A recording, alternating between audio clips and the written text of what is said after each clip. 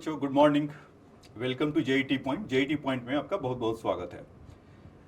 अभी तक हमने प्रोजेक्टाइल मोशन के अंदर उसका जितने भी उसके फॉर्मूले होते हैं, रेंज और हाई, मैक्सिमम हाइट और टाइम ऑफ फ्लाइट, इन सब ऊपर देखा था और उसके कुछ हमने क्वेश्चंस उसके अंदर देखा था। और प्रोजेक्टाइल मोशन में अगर मतलब उस तरह का कुछ बात है कि उसका एनालिटिकल ट्रीटमेंट क्या होता था, कि टाइम ऑफ फ्लाइट के लिए क्या कैसे था, तो उसका हमने उस पिछले लेक्चर्स में ये सब बातें हमने समझा था। आज हम लोग उसी का एक्सटेंडेड देखेंगे कि मतलब और उसका एप्लीकेशन क्या हो सकता है। तो अभी तक हमने जो आपको पिछले उसमें क्लास में बताया था, तो उसके बेसिक्स कॉन्सेप्ट क्या था वो सब था, और उसमें एडवांस के जो एप्लीकेशंस मतलब कि कैसे आप अप्रोच करेंगे उन सब क्वेश्चन को देखे थे। आज हम लोग इस वीडियो के अंदर एक तो उसका एक्सटेंडेड पार्ट मतलब जो कॉन्सेप्ट सीखा था उसका और एप्लीकेशन देखेंगे, रेडियस ऑफ कर्वेचर का, या उसमें और भी जो टिपिकल क्वेश्चंस हैं कि इस समय दो पार्टिकल आपस में एंगल बना रहे होंगे, या उस समय का डॉट प्रोडक्ट या परपेंडिकुलर टू ईच अदर है, तो वो सब क्या होगा। फिर उसके बाद 5 6 7 क्वेश्चन लेने के बाद फिर हम लोग इसमें हॉरिजॉन्टल प्रोजेक्टाइल के बारे में के लिए देखेंगे कि सपोज कोई पार्टिकल किसी हाइट पर है और वहाँ से प्रोजेक्ट किया जा रहा है, तब क्या होगा। ठीक है बच्चों, तो आइए इस वीडियो में मज़ेदार होगा, तो इसको मिस मत करिएगा और पूरा इसे शुरू से लेकर लास्ट तक देखिएगा, तो आपका कॉन्सेप्ट और डेवलप होगा। ठीक है, तो ये तो था प्रोजेक्टाइल मोशन, और हमने कल ये सब क्वेश्चंस देखे थे। अगर आप इसको देख पा रहे होंगे, स्लोली स्लोली इसको मूव करा रहे हैं, तो आपका एक तरह से क्विक रिवीजन भी हो जा रहा होगा।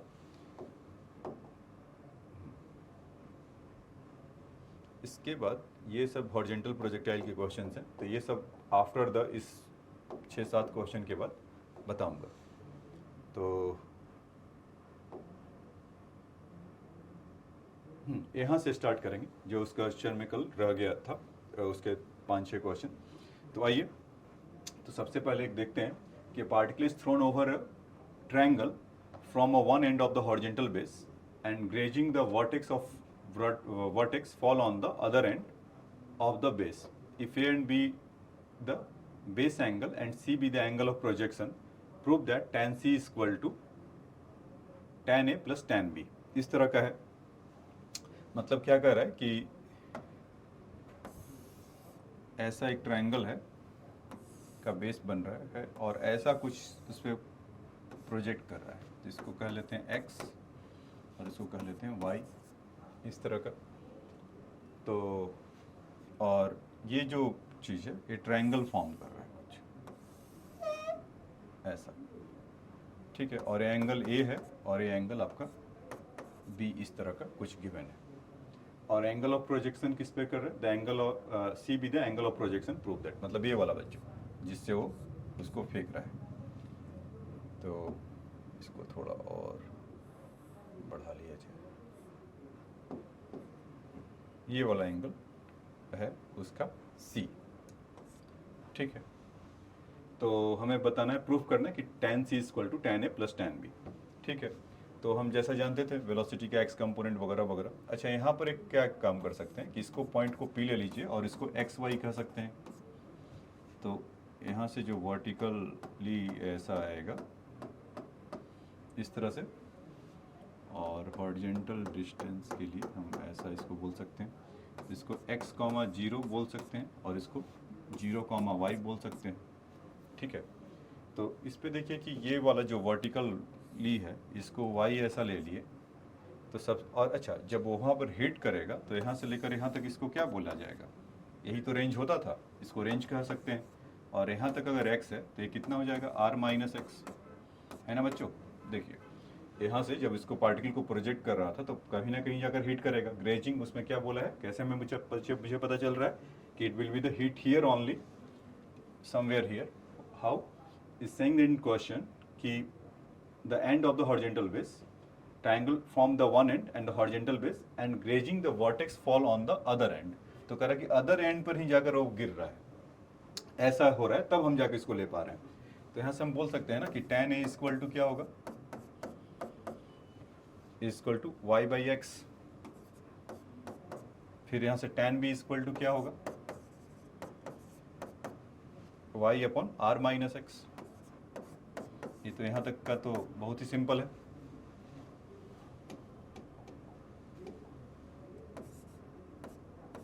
आर माइनस एक्स, इस तरह का होगा। अब इन दोनों का अगर हमें सम देखना, मतलब tan a plus tan b का वैल्यू देख लें, इन दोनों को अगर सम कर लें तो कितना होगा, tan a plus tan b equal to y by x plus y by r minus x, इस तरह का।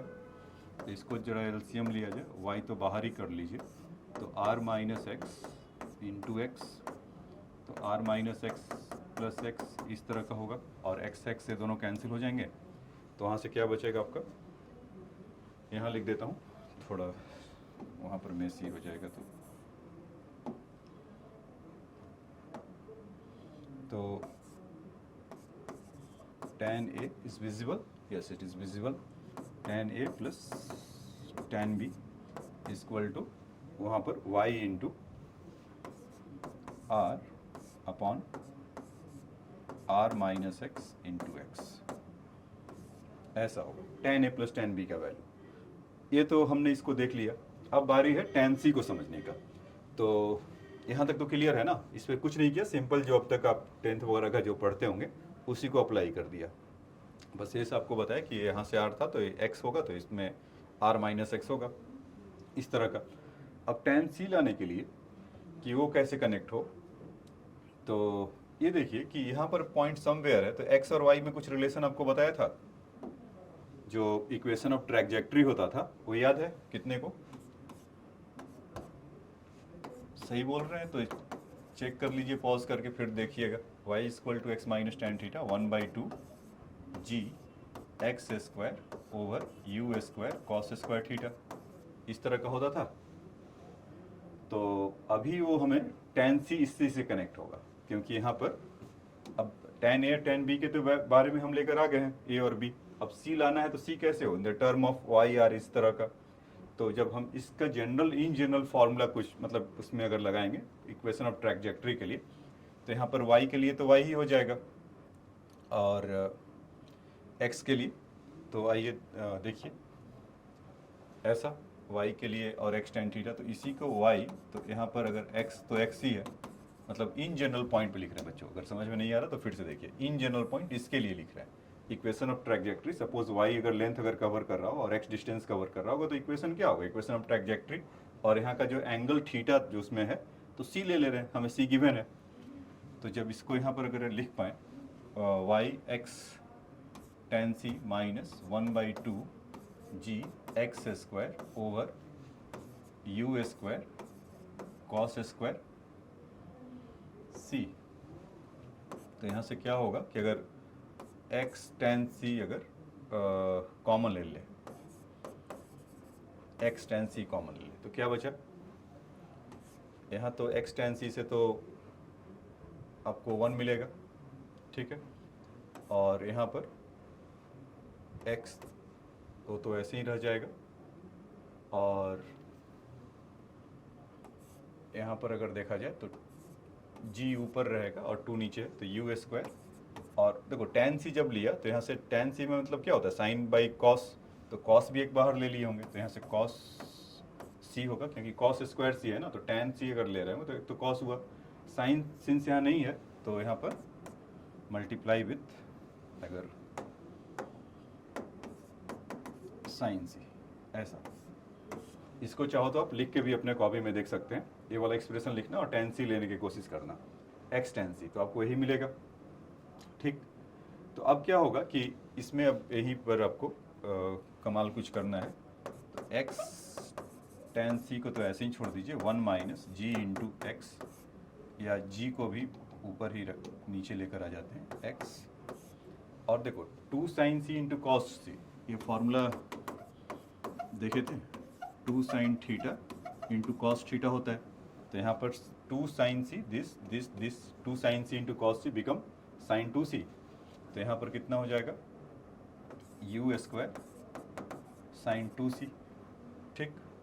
ये तो उसमें चला गया, और g जो मैंने यहाँ से हटाया था इसको वापस ऐसे लिख लिए। तो ये कुछ आपके दिमाग में हलचल पैदा कर रहा है, कुछ चमका यहाँ से, आपकी आंखों में चमक आया होगा कि this you square sign 2c माई जी, तो यही तो हमारा होता था क्या, इज रेंज। अगर इसमें अगर देखा जाए, अगर आपसे कोई पूछे कि अगर एंगल c से और u वेलोसिटी से अगर हम प्रोजेक्ट कर रहे हैं तो what will be the range, तो रेंज का फॉर्मूला क्या था, ये जो r का वैल्यू है ये क्या होगा, u square sine 2c over g, यही होगा ना। इसको उठाकर वहाँ पुट कर दीजिए, मतलब इसके जगह पे ऐसा लिख सकते हैं क्या, तो क्या है बच्चों ये x मतलब एज इट इज लिख रहा हूँ, वो क्या होता है कि जब मैं ऐसे लिखता हूँ तो छुप जाता है, so that is why I make sure that you have to able to see that. So x tan c 1 minus x by r, इस तरह का होगा कुछ। अब वहाँ से चाहे तो आप एलसीएम ले लीजिए, r minus x upon r आ जाएगा, तो ये सब y के इक्वल टू चल रहा था, तो इसको मैं थोड़ा ऐसे और आगे ऊपर की तरफ लिख लूँ और अपने लिए साइन 2 थीटा को स्पेस बना लूँ, तो क्या आएगा बच्चों, y is equal to x ten c, और इसको एलसीएम लेंगे तो r माइनस एक्स हो जाएगा अपॉन r, इस तरह का कुछ बातें होगा। अब वहाँ से अगर हमें tan c अगर लिखना होगा तो क्या हो जाएगा, tan c का वैल्यू y इंटू आर, ये पूरा परिवार इधर जाएंगे y इंटू आर, और अपॉन r माइनस एक्स इधर आ जाएगा, और यहाँ से नीचे की तरफ x हो गया, तो tan c equal to y into r upon r minus x into x, तो ये आपको निकल कर आया। और आपको ये रिमाइंड करा रहा होगा यही tan a tan b था, tan a plus tan b था, देखिए यहाँ से जो हमने निकाला था लास्ट में tan a plus tan b equal to a भी सेम था, y by r equal to y by r upon r minus x into x, तो एग्जैक्टली सेम है। तो हम यहाँ से बोल सकते हैं ना, इस इक्वेशन नंबर इसको 1 बोल दीजिए और यहाँ से इनको बोल दीजिए इक्वेशन नंबर 2। तो from first and second, first and second tan a plus tan b equal to tan c। तो आप इस क्वेश्चन में, मतलब इसमें आप मुझे ये आपको समझाने के लिए मिला, इसमें आपने सीखा क्या, इंपॉर्टेंट चीज़ ये है कि आपने इसमें सीखा कि इक्वेशन ऑफ ट्रैजेक्टरी को यूज़ कैसे करते हैं। ट्रायंगल वगैरह ज्योमेट्री नहीं था उसमें, सीखने के लिए आप अपने घर में बांध कर क्या ले गए, अपने घर में बांध कर ये लेकर गए, ये चीज़ बच्चों, इस चीज़ को आप लेकर गए कि इसका यूज़ कैसे देखा अब तक। मतलब इसमें हाईलाइट इस क्वेश्चन का देखा जाए तो इक्वेशन ऑफ ट्रैजेक्टरी को यूज़ करना सीखा कि अगर उससे अगर ग्रेजिंग कर रहा होगा और उसी पॉइंट पे आ रहा होगा तो क्या होगा। तो ये हमने इस क्वेश्चन को देखा, तो आप इसको अपना स्लो मोशन में पॉज करके फटाफट इसको राइट डाउन कर लीजिए और इसको अप कर लीजिए, ठीक है। तो मुझे अब आप लिख लिए होंगे, तो अब आइए नेक्स्ट क्वेश्चन की तरफ चलते हैं। Correct, a stone is projected from the point of ground in such a direction so as to hit the word on the top of the telegraph post of the height h and attain the maximum height 2h above the ground। तो देखो बच्चे, ये भी आपका advance level का question है, मतलब कि इसमें भी आपको वही सब काम थोड़ा करना है। If the instant projection the bird were to fly away horizontally with a uniform speed, find the ratio between the horizontal velocities of the bird and a stone if a stone still hits the bird while descending। कौन, जब पत्थर जा रहा होगा। तो मेरा आपको advice ये है कि अगर इस क्वेश्चन को आप समझना चाहते हैं तो फिर से इसको आप स्लो मोशन में पढ़ लीजिए, उसको स्टॉप कर करके तो आपको सेंस बनाएगा हो क्या रहा है, और फिर जब मैं आपको समझाऊंगा एकदम फटाक से हिट करेगा, तो आपका कॉन्सेप्ट काफ़ी यहाँ पर क्लियर होगा। ठीक है, पढ़िए एक बार, मैं हट जाऊँ। Okay, A stone is projected from point of a ground in such a direction so as hit a bird on the top of the telegraph post of height h and then attain the maximum height 2h above the ground. If at the instant of projection the bird were to fly away horizontally with uniform speed, find the ratio between the horizontal velocities of the bird and the stone if the stone still hits the bird while descending। देखो बच्चों, अब आपने पढ़ लिया होगा। अब आइए मैं स्टार्ट करता हूँ क्वेश्चन को। हो क्या रहा है कि एक stone is projected from the point of the ground, कहीं यहाँ से एक स्टोन को प्रोजेक्ट किया, ऐसे कर रहा होगा, और हमारी जो वर्ड है ये अच्छा नहीं है, रुको, ये क्वेश्चन अच्छा है तो अच्छे से आपको बताता हूँ। ऐसा कुछ हो रहा होगा, और चलो यहाँ पे एक्सेस ही बना लेते हैं इनका। ऐसा। तो यहाँ से इसने कुछ हिट किया, मतलब स्टोन को, और मान लीजिए कि बर्ड कहीं यहाँ पर बैठी थी, या बर्ड मान लीजिए ऐसे बैठी थी। तो जैसे इसको h हाइट पर, और ड्यूरिंग द प्रोजेक्टाइल मोशन वो कितना हाइट अटेन कर रहा है, कौन, स्टोन, इज 2h।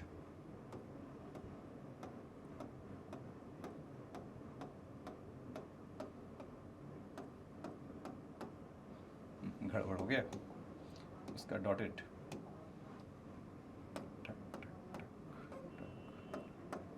ये मान लीजिए कि यहाँ से 2h के हाइट पर है और h के हाइट पे है। तो जैसे ही ये फायर किया, मतलब इसका स्टोन का स्पीड यूएस से दिखा देता हूँ, तो वर्ड भी क्या होने लगी, यहाँ से ऐसे भागने लगी। इसमें मानते हैं कि through out the motion straight line में गई होगी। तो जब यहाँ से इसको फेंका, जब यहाँ से इसने कुछ स्टोन को फेंका, तो उसी समय इसको सेंस हो गया बर्ड को, और बर्ड भी अपना हॉरिजॉन्टल डायरेक्शन में भागने लगी। तो जब, अब ऑब्वियस सी बात है कि जब यहाँ पर तब तक पहुँचेगी तब तक यहाँ हो जाएगा, यहाँ पर कहीं होगा, फिर ऐसे ऐसे ऐसे ऐसे ऐसे भागेगी और यहाँ जाकर उसको हिट कर जाएगा। यही हो रहा है। तो इसमें आप मान लीजिए कि बर्ड का जो वेलोसिटी है UB ले लेते हैं, क्योंकि उसने यही बोला है कि लास्ट में क्या बोला है कि the bird word fly away horizontally with uniform speed, find a ratio between the horizontal velocities of the bird and stone. तो स्टोन का हॉरिजॉन्टल वेलोसिटी क्या होगा, US cos थीटा, यही पूछा है। एंड बर्ड का होगा UB, क्योंकि वो तो हॉरिजॉन्टली जा रही है, हमें ये निकालना है बच्चों। और जब वो जा रहा होगा, तो जब स्टोन डिसेंडिंग हो रहा होगा, तो यहाँ पे कहीं हिट कर रहा है, यही कहानी बताया है। तो ऐसा कब क्या होगा, समझ में आया। और उसका भी उस समय का हाइट इंटरेस्टिंग है कि क्योंकि हॉरिजॉन्टली मूव कर रही है, तो मेंटेन करके रखेगी ना h हाइट, तो h हाइट वो मेंटेन करके रखी है, और यहाँ पर कहीं वो हिट करेगी। तो ये है हिसाब किताब इस क्वेश्चन का। तो देखो इसमें क्या होगा कि आपने जो सीखा था कि h हाइट तो है, एक ही हाइट पे वो, हमें ये पता चल, मतलब कि हमें तो ये कुछ ये समझना पड़ेगा कि यहाँ से लेकर यहाँ तक बर्ड ने कितना डिस्टेंस ट्रैवल किया, ठीक, और उतने टाइम में ये पत्थर जो आ रहा होगा वो कितना किया। मतलब कि इन दोनों का यहाँ से x वाला पार्ट सेम होगा, है ना, कि जब वहाँ से ये US अगर उसको हिट कर रहा होगा तो x टाइम लगा होगा इसको कर जाने में। तो अब और यहाँ से यहाँ तक, यहाँ से उड़कर यहाँ से आने में मान लेते हैं कि ये टाइम t1 है बच्चों, और ये टाइम है t2। तो जो बर्ड जिस डिस्टेंस ट्रैवल करी होगी वो डिस्टेंस कितना होगा, ये आपका होगा कुछ T2 माइनस T1, क्योंकि T1 ज़्यादा समय लग रहा होगा, और स्पीड ऑफ बर्ड इतना, इक्वल टू सेम उतने पर जब यहाँ से अगर कर रहा होगा तो ये कितना डिस्टेंस ट्रैवल करेगा उतने टाइम के लिए। तो यहाँ से स्टोन का कर लेते हैं, और उतने टाइम में T2 टाइम में यहाँ पर ये पहुँचेगा, यही होगा, ठीक है। तो ठीक है, तो आइए पहले वो टाइम निकाल लें। इंपॉर्टेंट बात है इसमें कि T2 और T1 इसमें है, तो हमें इसमें टाइम निकालना होगा। तो ये टाइम T1 T2 कैसे निकालेंगे, तो आपको बताया था जब इसका एनालिटिकल ट्रीटमेंट दिया था इसके पिछले वाले, मतलब इस तरह के कॉन्सेप्ट को, कि इसमें क्या था कि अगर दो पोजीशन पर यहाँ पर ही है ना, कि ऐसा पॉसिबल है कि दो हाइट पर हो, टू डिफरेंट टाइम को वो डिनोट करेगा, तो कहेंगे यस दिस इज पॉसिबल है। तो यहाँ पर देखिए T1 टाइम में h हाइट पर है और वहाँ पर T2 हाइट पर है, तो हम इसको ऐसा लिख सकते हैं कि h है, मतलब अगर उसका लिखना चाहें तो u साइन, मतलब बर्ड का यहाँ पर स्पीड कर दे रहे हैं, u sine theta minus 1/2 g t square, यही होगा इन जनरल। तो जब इसको इधर लेकर आएंगे तो कितना आ जाएगा, 1/2 G T square minus U B sine theta plus H, ऐसा। तो टी का जो वैल्यू आएगा वो कितना जाएगा बच्चों यहाँ से, तो U B sine theta plus minus यहाँ से U square B sine theta minus 4ac G by 2 into H upon 2 into G by 2, यही होगा, 2 2 कैंसिल हो जाएगा। तो यहाँ पर आप इसको देखेंगे तो इसका टाइम का इसका वैल्यू कितना आ जाएगा, U B sine theta plus minus U square B sine theta minus 2gh, इस तरह का अपॉन जी। ये आया बच्चों। देखो अब ub के लिए एक और इन्फॉर्मेशन दिया है कि ड्यूरिंग द प्रोजेक्टाइल मोशन, ये तो टाइम t1 t2 अभी लेकर आ रहा हूँ, इसमें ड्यूरिंग द प्रोजेक्टाइल मोशन एक बात और हो रहा है कि कितना मैक्सिमम हाइट अचीव कर रहा है, 2h। तो 2h इसको देख लिया जाए। तो h मैक्स का फॉर्मूला क्या होता था,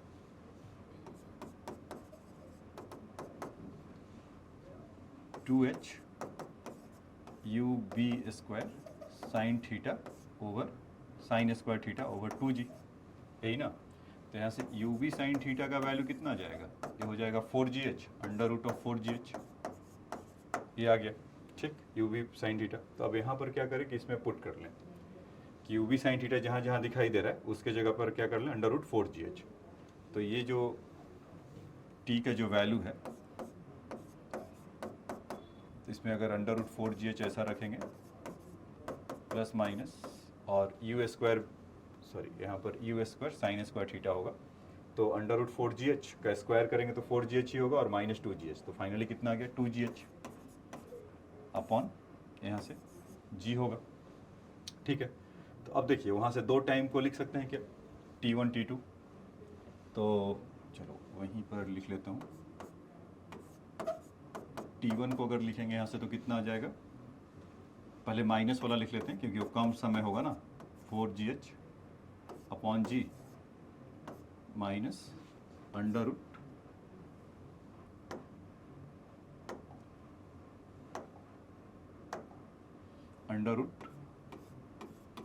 2gh अपॉन जी, इस तरह का कुछ होगा।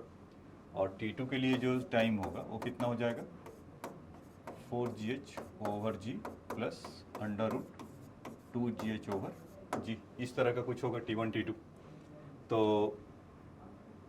तो जितने देर में उसने डिस्टेंस ट्रेवल किया है बर्ड ने, तो ये आ जाएगा यहाँ से, बर्ड ने कितना डिस्टेंस किया है you B t2 minus t1, और ये उतने टाइम में कितना डिस्टेंस ट्रेवल किया होगा स्टोन us इंटू t2, तो उन सबों का वैल्यू वहाँ पर रखना होगा t2 माइनस t1। तो हमें यहाँ पर t2 माइनस t1 चाहिए बच्चों, t2 माइनस t1। तो ये क्या होगा कि ये दोनों तो माइनस करेंगे तो कैंसिल हो जाएगा और यहाँ से माइनस माइनस प्लस हो जाएगा, तो 2 time under root 2gh over g आ जाएगा। मतलब ये दो ये है, तो हमें इसमें t1 माइनस t2 चाहिए। यहाँ पर या t2 माइनस t1 लिख देता हूँ, t2 माइनस t1 अगर करेंगे तो ये कितना मिल जाएगा, अगर इसको करेंगे तो अब 2 times of under root 2gh over g, तो फाइनली ये कितना हो जाएगा, चलो ऐसे ही रख लो, इतना तो हमें इसका ज़रूरत पड़ेगा, और फिर t2 तो हमारे पास वो है ही है, तो ये चीज़ हम इसमें अंदर देखेंगे।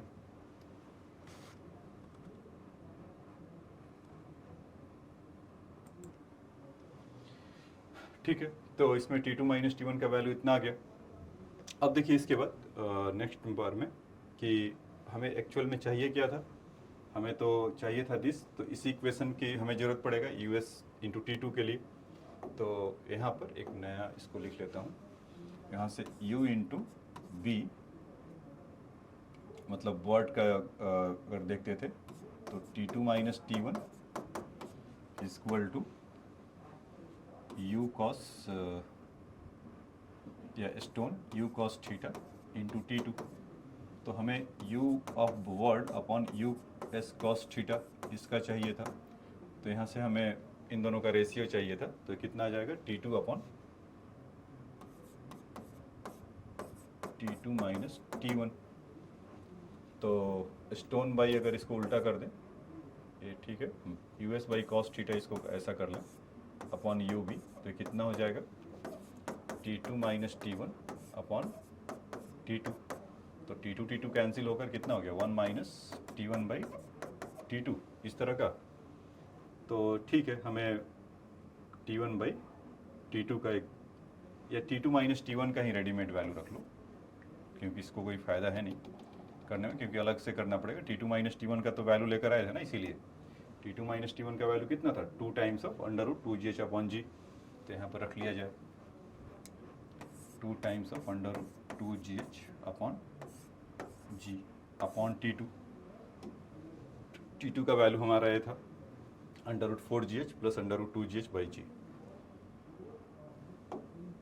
तो under root 4gh over g plus under root 2gh over g, इस तरह का। तो जी तो पहले आप आराम से पहले मुहूर्त में निकाल लीजिए, कैंसिल हो जाएगा। तो अंडर रूट 2gh है, अंडर रूट 2gh अगर कॉमन लेंगे यहाँ से तो पूरा बाहर आ गया, और यहाँ से अगर कॉमन लेंगे अंडर रूट 2gh तो यहाँ से रूट 2 बचेगा। तो इसका मतलब ये समझ में आया ना, या नहीं तो फिर लिख देता हूँ 2 इंटू अंडर रूट 2gh, ये जी से जी कैंसिल हो गया होगा, और under root 4gh plus under root 2gh। तो अंडर रूट 2gh अगर कॉमन लेंगे तो यहाँ से क्या बचेगा 2, और यहाँ से क्या होगा रूट 2 प्लस 1। तो ऐसा इन दोनों का रेशियो मिलेगा बच्चों, ठीक है। तो कॉन्सेप्ट में इसका बस यही था कि यहाँ से इसमें जो कॉन्सेप्ट में जो इसका रेशियो पूछा था UV upon US cos theta, तो UV upon US cos theta, ठीक है। उसमें लगता है कि मैंने उल्टा निकाल दिया, तो आप उल्टा कर देना UV upon US cos theta, तो उसमें से कितना हो जाएगा root 2 upon root 2 plus 1 upon 2 हो जाएगा। तो वो तो नहीं कोई है बड़ी बात, इसमें इम्पॉर्टेंट चीज़ है कि आपको इसको कैसे देखेंगे। तो ये जो था ना, ये चीज़ कि बोर्ड का UV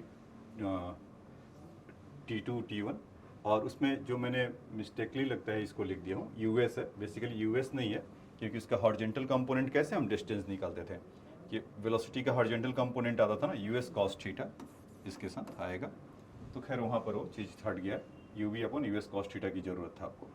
तो इन दोनों के कॉन्सेप्ट में नहीं था कि यहाँ से आया, बाकी वो कैसे वो निकालना था कि वो एच मैक्स को हम यू साइन थीटा को कैसे रिप्लेस करेंगे, मतलब एक इन्फॉर्मेशन 2h वाला दिया था, तो वहाँ से यू साइन थीटा का वैल्यू आया, और फिर उसके बाद हमने उसका जो एनालिटिकल ट्रीटमेंट जो दिए थे उससे आपको अगर कॉन्सेप्ट आपको याद होगा कि एक ही टाइम मतलब कि 2 डिफरेंट टाइम पर एच हाइट उनका सेम होता है, तो उस कॉन्सेप्ट का हमने इस्तेमाल किया और यहाँ पर इसको सॉल्व करने में हेल्प आया हमें, ठीक है बच्चों।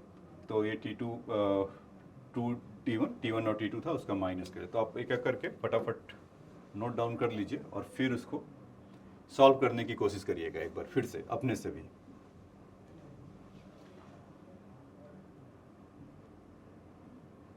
ठीक है, अब इसको नोट डाउन कर लीजिए। यहाँ से ये इक्वेशन यहाँ से h लिखा था, फिर उसके बाद इधर गए और फिर यहाँ से ये t का वैल्यू था ये, और फिर t का आया, फिर यहाँ से T1 T2 आया, तो फिर T2 माइनस T1 चाहिए था, तो हमें ये मिल गया और फिर हमने उसको आगे सॉल्व कर लेंगे।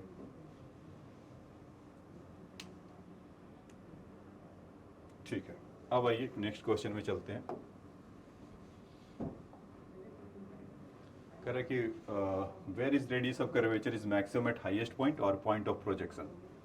ठीक है, रेडियस ऑफ कर्वेचर वाला है, तो ऐसा है, एक यहाँ पर है और यहाँ से u अगर है तो एट एंगल थीटा है। ठीक है, इसी से मिलता जुलता एक और क्वेश्चन, मतलब सिमिलर ही क्वेश्चन है, उसमें रेशियो बस पूछ दिया है। Find the radius of curvature at the highest point of projectile to just after its projection at angle of degrees 30 degree. तो दोनों सेम लगभग है, उसमें खाली वैल्यू पुट करना है। इसमें पूछे कि कहाँ पर ज़्यादा होगा, तो वो आपको बता देता हूँ। इसके लिए तो बच्चों आपको हमेशा आपसे याद है, ये तो लास्ट डिस्कशन में हमने देखा था कि यहाँ पर u cos थीटा केवल वेलोसिटी होगा, और जैसा कि हम जानते हैं v² ओवर r होता है और acceleration due to gravity g होता है। रेडियस ऑफ कर्वेचर के लिए ले देकर एक ही कॉन्सेप्ट यही बताया था ना, v² ओवर r। तो सेंट्रीपिटल एक्सेलरेशन इसके लिए g नीचे की तरफ है, और यहाँ का इस समय टेंजेंशियल एक्सेलरेशन इस u cos थीटा होता है। तो अगर r का वैल्यू अगर हम देखेंगे तो यहाँ से कितना हो जाता था, एट हाईएस्ट पॉइंट पे आप h ऐसे देख लीजिए, तो ये कितना हो जाएगा u² cos square theta over g, ऐसा है। जस्ट वहीं पर अगर हमें जैसे थ्रो करने के लिए कहा कि जस्ट वहीं पर क्या है कि अगर कर रहा होगा तो उस समय रेडियस ऑफ कर्वेचर क्या होगा, तो जैसा हम जानते हैं जी तो ये ऐसा होगा ही होगा नीचे की तरफ। हमें ठीक इसके परपेंडिकुलर एक चाहिए ना, किसका वेलोसिटी, ये चीज़ ठीक इसके परपेंडिकुलर चाहिए। अगर उसका वो वेलोसिटी मिल जाए तो अगर वो एक्सेलरेशन हमें मिल जाए तो हमारा काम हो जाएगा। देखो तो ये ऐसा है, तो इसके ठीक परपेंडिकुलर, तो यहाँ से ये वाला एंगल ये थीटा है, तो ये कितना हो जाएगा 90 माइनस थीटा। यहाँ से यहाँ तक ये 90 डिग्री है, ये अगर थीटा है तो ये वाला कितना होगा 90 माइनस थीटा ही होगा ना। और ये कितना हो जाएगा थीटा हो जाएगा, तो जी का इसके कम अलोंग कितना हो जाएगा जी कॉस थीटा। अगर जी को ब्रेक करेंगे तो ठीक वेलोसिटी के परपेंडिकुलर वाला कंपोनेंट जी कॉस थीटा हो जाएगा। तो एट अ पॉइंट जब आप प्रोजेक्ट कर रहे थे तो ओरिजिन पर आप इसको आर नॉट दिखा लीजिए, तो उसके लिए कितना हो जाएगा जी कॉस थीटा, और ये तो यू स्क्वायर ही होगा क्योंकि उस समय का वेलोसिटी ही उसका उतना ही है, तो you square over G cos theta. तो अब पूछ रहा है कौन सा ज़्यादा होगा, ये आर नॉट वाला ज़्यादा होगा या ये वाला ज़्यादा होगा, बताइए। आपका ट्रिग्नोमेट्री का भी टेस्ट हो जाएगा थोड़ा। क्या होता है बच्चों कि कॉस थीटा का वैल्यू मैक्सिमम क्या होता है 1 होता है, तो थीटा का वैल्यू से में 0 होगा, तो यहाँ तो 0 तो एटलीस्ट है नहीं, आपको दिखाई दे रहा होगा मीन्स सर्टेन एंगल थीटा है। सो कॉस थीटा का वैल्यू उस समय उस केस में क्या होगा ये 1 से कम हो जाएगा, मतलब फ्रैक्शन में चले जाएंगे, मतलब 0.9 0.8 इस तरह का कुछ होगा या 0.5। तो आपको याद होगा या आपको पता होगा कॉन्सेप्ट कि अगर फ्रैक्शन को जब हमें से ही स्क्वायर करेंगे तो अपने वो पेरेंट नंबर से भी वो कम हो जाएगा। जैसे 0.5 का स्क्वायर करिए तो कितना आ जाएगा 0.25, 0.7 का स्क्वायर करिए तो कितना आ जाएगा 0.49, तो अपने पेरेंट नंबर से भी कम हो जाएगा। तो बेसिकली कॉस स्क्वायर थीटा ये सब इसका वैल्यू क्या है लेस देन 1, तो यू स्क्वायर बाई जी क्या होगा इज लेस देन 1, क्योंकि फ्रैक्शन से लेस देन 1 तो सॉरी लेस देन 1 तो नहीं बच्चों, ये ऐसा हो जाएगा कुछ, मैं ये कि कॉस स्क्वायर थीटा का जो वैल्यू है इस less than u square by g से तो कम ही होगा, ठीक है। कि बिकॉज वो मतलब मान लीजिए कोई नंबर 10 है और 10 में आप 0.2 से मल्टीप्लाई करिए तो कितना होगा 2 हो जाएगा, तो 2 इज लेस देन 10 होगा ना, तो वैसा ही कहानी है। फिर यहाँ पर अगर आप देखेंगे कि you square upon ji cos theta, तो अगेन फिर से फ्रैक्शन है, तो किसी भी नंबर को जब हम फ्रैक्शन से डिवाइड करते हैं तो क्या होता है वो बढ़ जाता है, तो इससे ये बढ़ जाएगा बहुत टाइम्स। तो इसमें हम आप ये कह सकते हैं कि यू, इसमें आप ये बात बोल सकते हैं कि you square upon ji cos theta is greater than u square over g. तो हेंस हम यहाँ से बोल सकते हैं ना कि R not is will be more than the highest point. तो पूछा था ना वेयर इज मैक्सिमम, तो एट जब उसको हाईएस्ट पॉइंट पर ना होकर पॉइंट ऑफ प्रोजेक्शन पर होगा, तो उसका आंसर क्या होगा कि एट, यहाँ पर लिख देता हूँ कि आंसर इज एट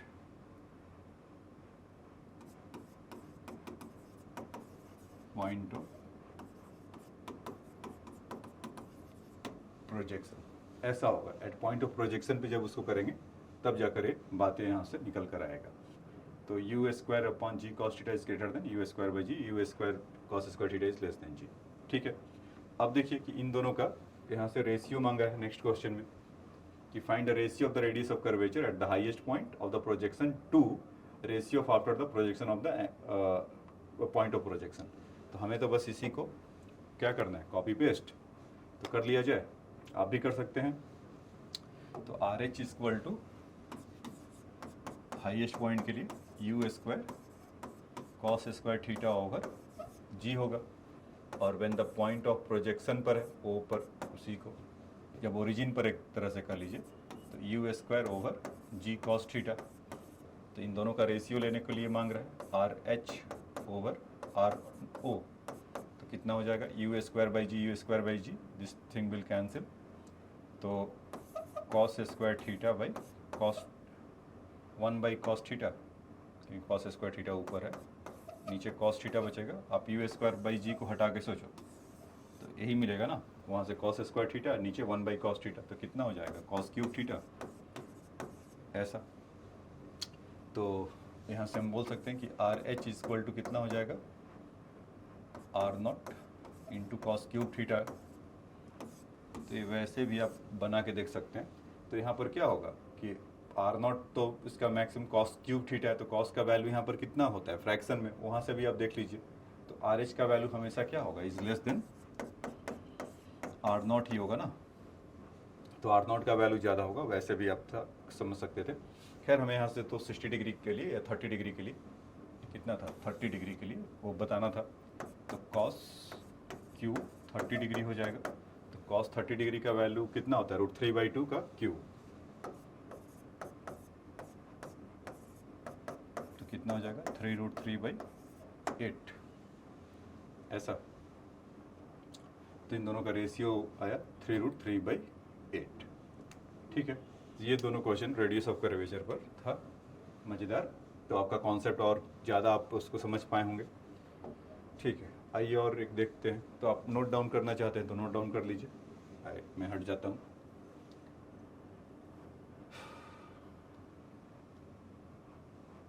ठीक है, नेक्स्ट देखिए। ये देखिए, ये भी बहुत कमाल का क्वेश्चन है। इसमें और आपका कॉन्सेप्ट क्लियर होगा। अगर आप बॉडी इज प्रोजेक्टेड अप, देखिए यहाँ पर क्या है कि आपको एक और चीज़ बता दूं कि यहाँ पर आपको लोअर लेवल से लेकर हायर लेवल तक जाना है, लेकर जा रहे हैं। तो मतलब ये आप अगर एडवांस के लिए अगर प्रिपेयर करें तो यहाँ पर ज़रूर रहिए। और मेंस में के लिए भी अगर आप जा रहे हैं तो ये सब क्वेश्चन अगर मतलब मेंस में तो इस टाइप के क्वेश्चन डायरेक्टली नहीं पूछेंगे, इसके एक एक पार्ट पूछे जाएंगे। ठीक है, तो वहाँ पर मेंस का भी आपका साथ साथ यहाँ से प्रिपरेशन हो रहा है, और एडवांस के लिए तो ये पूरा है ही है। ठीक है, तो इस क्वेश्चन को देखिए। A body is projected such that its position vector varies with the time as r is equal to 60i plus 80 minus 40 square j। Find initial velocity and time of flight. तो r को कुछ ऐसे कह रहा है 60i 80 minus 5t इस form में दे रखा है। प्रोजेक्टाइल कोई ऐसा जा रहा होगा,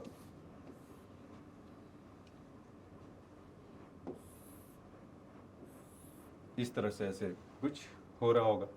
तो कुछ एंगल थीटा वगैरह है, ये सब नहीं बताया, अगर ये भी हम बता सकते हैं इस इक्वेशन के हेल्प से। तो यहाँ पर आप देख रहे होंगे कि एट t इक्वल टू अगर 0 करेंगे तो क्या आएगा, 0i, क्योंकि 6 इंटू 0 और 0 इंटू 0। तो r का वैल्यू क्या है, 0। तो इसका मतलब एक कहाँ पर है, ओरिजिन पर है, यहीं पर कहीं है। यहाँ से इसको प्रोजेक्ट किया गया है। तो उससे पूछा जा रहा है कि इनिशियल वेलोसिटी बताइए। तो इनिशियल वेलोसिटी, तो अगर हमारे पास r है और वेलोसिटी की बात कर रहा है तो अब तो फिर आपके लिए ये मक्खन होगा, चुटकी बजाते ही आ जाएगा। क्योंकि आप जानते हैं कि वेलोसिटी इक्वल टू या initial u proper sign convention को फॉलो करते हैं। इनिशियल वेलोसिटी dr/dt आ जाएगा अगर इसको डिफ्रेंशिएट कर दिया जाए। तो उसमें क्या हुआ कि अगर केवल i को डिफ्रेंशिएट, मतलब हमें तो केवल नोटेशन की जैसा इसको देखना है ना i, और मेन तो इसमें छुपा हुआ है 60 का डिफ्रेंशिएशन करेंगे तो कितना आ जाएगा बच्चों, 6i। ठीक, प्लस इसमें 4t को अगर माइनस 5t स्क्वायर को करेंगे तो यहाँ से कितना आ जाएगा 8, और यहाँ से माइनस 10t, ऐसा j 8 माइनस 10t। तो एट t इक्वल टू 0 अगर कर रहे हैं, एट t इक्वल टू 0 करेंगे तो वेलोसिटी वेक्टर कितना आ जाएगा, यही पूछा है ना कि इनिशियल। तो इनिशियल मतलब है हाँ t इक्वल टू 0, क्योंकि t इक्वल टू 0 पर r इक्वल टू 0 था। तो उसको जब हम देखेंगे तो कितना आ गया, 6i प्लस 8j, ऐसा ये चीज़।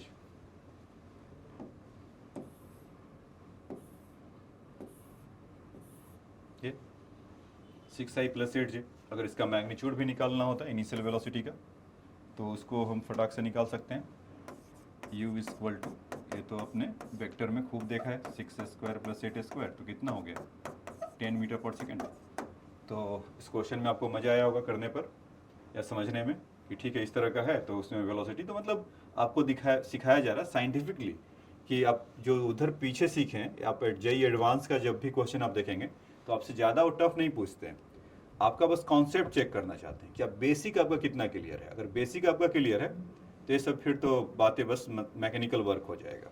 मतलब थोड़ा सा भी आप एफर्ट लगाएंगे, मतलब एक्चुअल आप देखते हैं कि आपका एक्सटेंड मतलब अपने कॉन्सेप्ट कहाँ तक सीखा है और कहाँ तक आप उसको अप्लाई कर रहे हैं, तो उसकी बात कर रहे हैं। तो ठीक है, अगर हमें वेलोसिटी के बारे में पता है तो उसको डिफ्रेंशिएट किया और इनिशियल कुछ कुछ बोल रहा था तो t=0 वैल्यू पुट किया, वो आ गया।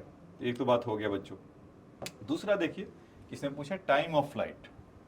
टाइम ऑफ फ्लाइट क्या होता था कि पूरी उड़ान यहाँ से लेकर जब यहाँ तक आएगा समवेयर हियर, और आप याद करिए कि आपको एक ही कॉन्सेप्ट इसमें सिखाया था कि जब भी पार्टिकल हिट करेगा तो इसका y कोऑर्डिनेट विल बी 0 होगा, यही था ना। तो यहाँ पर अगर देखा जाए कि इसका अगर इसमें इसका y कोऑर्डिनेट तो यही है ना, इसका y कोऑर्डिनेट मतलब जे वाले में अगर r का इन जनरल था तो इसका x y इक्वल टू हम ऐसा बोल सकते हैं, y इक्वल टू क्या बोल सकते हैं 8t माइनस 5t²। और when the particle hit the ground so what will happen, y will be 0, so 8t minus 5t² होगा, तो t इंटू 8 माइनस 5t ऐसा होगा। तो t का वैल्यू 0 है, एक तो है ही है, और यहाँ से t का वैल्यू कितना हो गया 8/5 मतलब 1.6 सेकेंड। तो आप वहाँ से भी देख सकते हैं t=0 पर यहाँ पर था और t=1.6 पर यहाँ पर था। तो ये हमें निकल कर आया कि इसके टाइम ऑफ फ्लाइट में 1.6 सेकेंड को अगर करेंगे तो इसका टाइम ऑफ फ्लाइट 1.6 सेकेंड होगा। तो ये आपको काफ़ी इस क्वेश्चन से समझने को मिला होगा, तो इसको नोट डाउन कर लीजिए, ये काफ़ी इंपॉर्टेंट क्वेश्चन है। तो ऐसा क्वेश्चन आप चाहे तो एक्सपेक्ट कर सकते हैं इस बार, अगले साल जो आएगा एडवांस में, तो ऐसा नोट डाउन कर लीजिए। ठीक है, आइए नेक्स्ट क्वेश्चन में चलते हैं। कह रहा है कि projectile is fired with the speed u at angle theta with the horizontal on the horizontal plane. A projectile is fired with the speed u at angle theta with the horizontal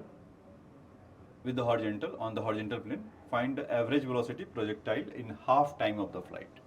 अच्छा, तो average velocity फिर आ गया रूप बदल कर, देखो the half time of flight. तो सबसे पहले तो इनको भी कुछ प्रोजेक्टाइल जैसा एक बना लिया जाए, ऐसा हो रहा होगा कि इधर ये y एक्सिस है और इधर ये x एक्सिस है, ऐसा। तो कह रहा है कि find average velocity of projectile और u एट एंगल थीटा से, ऐसे है, यही कहानी चल रहा है, u एट एंगल थीटा से है। तो somewhere here time of flight का हाफ क्या होता था, t/2 यहाँ पर होता था। इस पॉइंट पर जब आप हैं तो आपको बताना है कि उसका एवरेज वेलोसिटी क्या होगा। तो एवरेज वेलोसिटी अगर सोचे आपके दिमाग में तो कैसे सोचोगे, एवरेज वेलोसिटी ये ठीक है डिस्प्लेसमेंट बाय टाइम, तो डिस्प्लेसमेंट तो हो गया, यह ऐसा है अपॉन टाइम। तो टाइम कितना लगेगा, वो ऑलरेडी बोल रहा है कि half of the time of flight, तो t/2। तो जब भी इस तरह का सिनारियो होता था तो टाइम ऑफ फ्लाइट तो आपके पास हमेशा से रहेगा t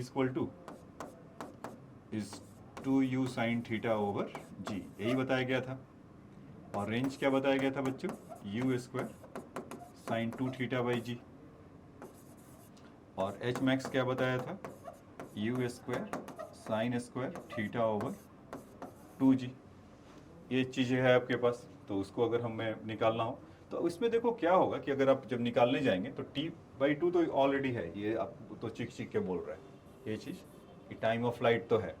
डिस्प्लेसमेंट का क्या करेंगे, तो यहाँ पर फिर से वो सोच लें कि x, y कुछ होगा, या आप ऐसे सोचिए कि x का जो अगर करेंगे तो अगर रेंज पूरा है तो उस समय कितना वो कर रहा होगा r/2, 0, r/2, और ये वाला कितना होगा h मैक्स, ऐसा।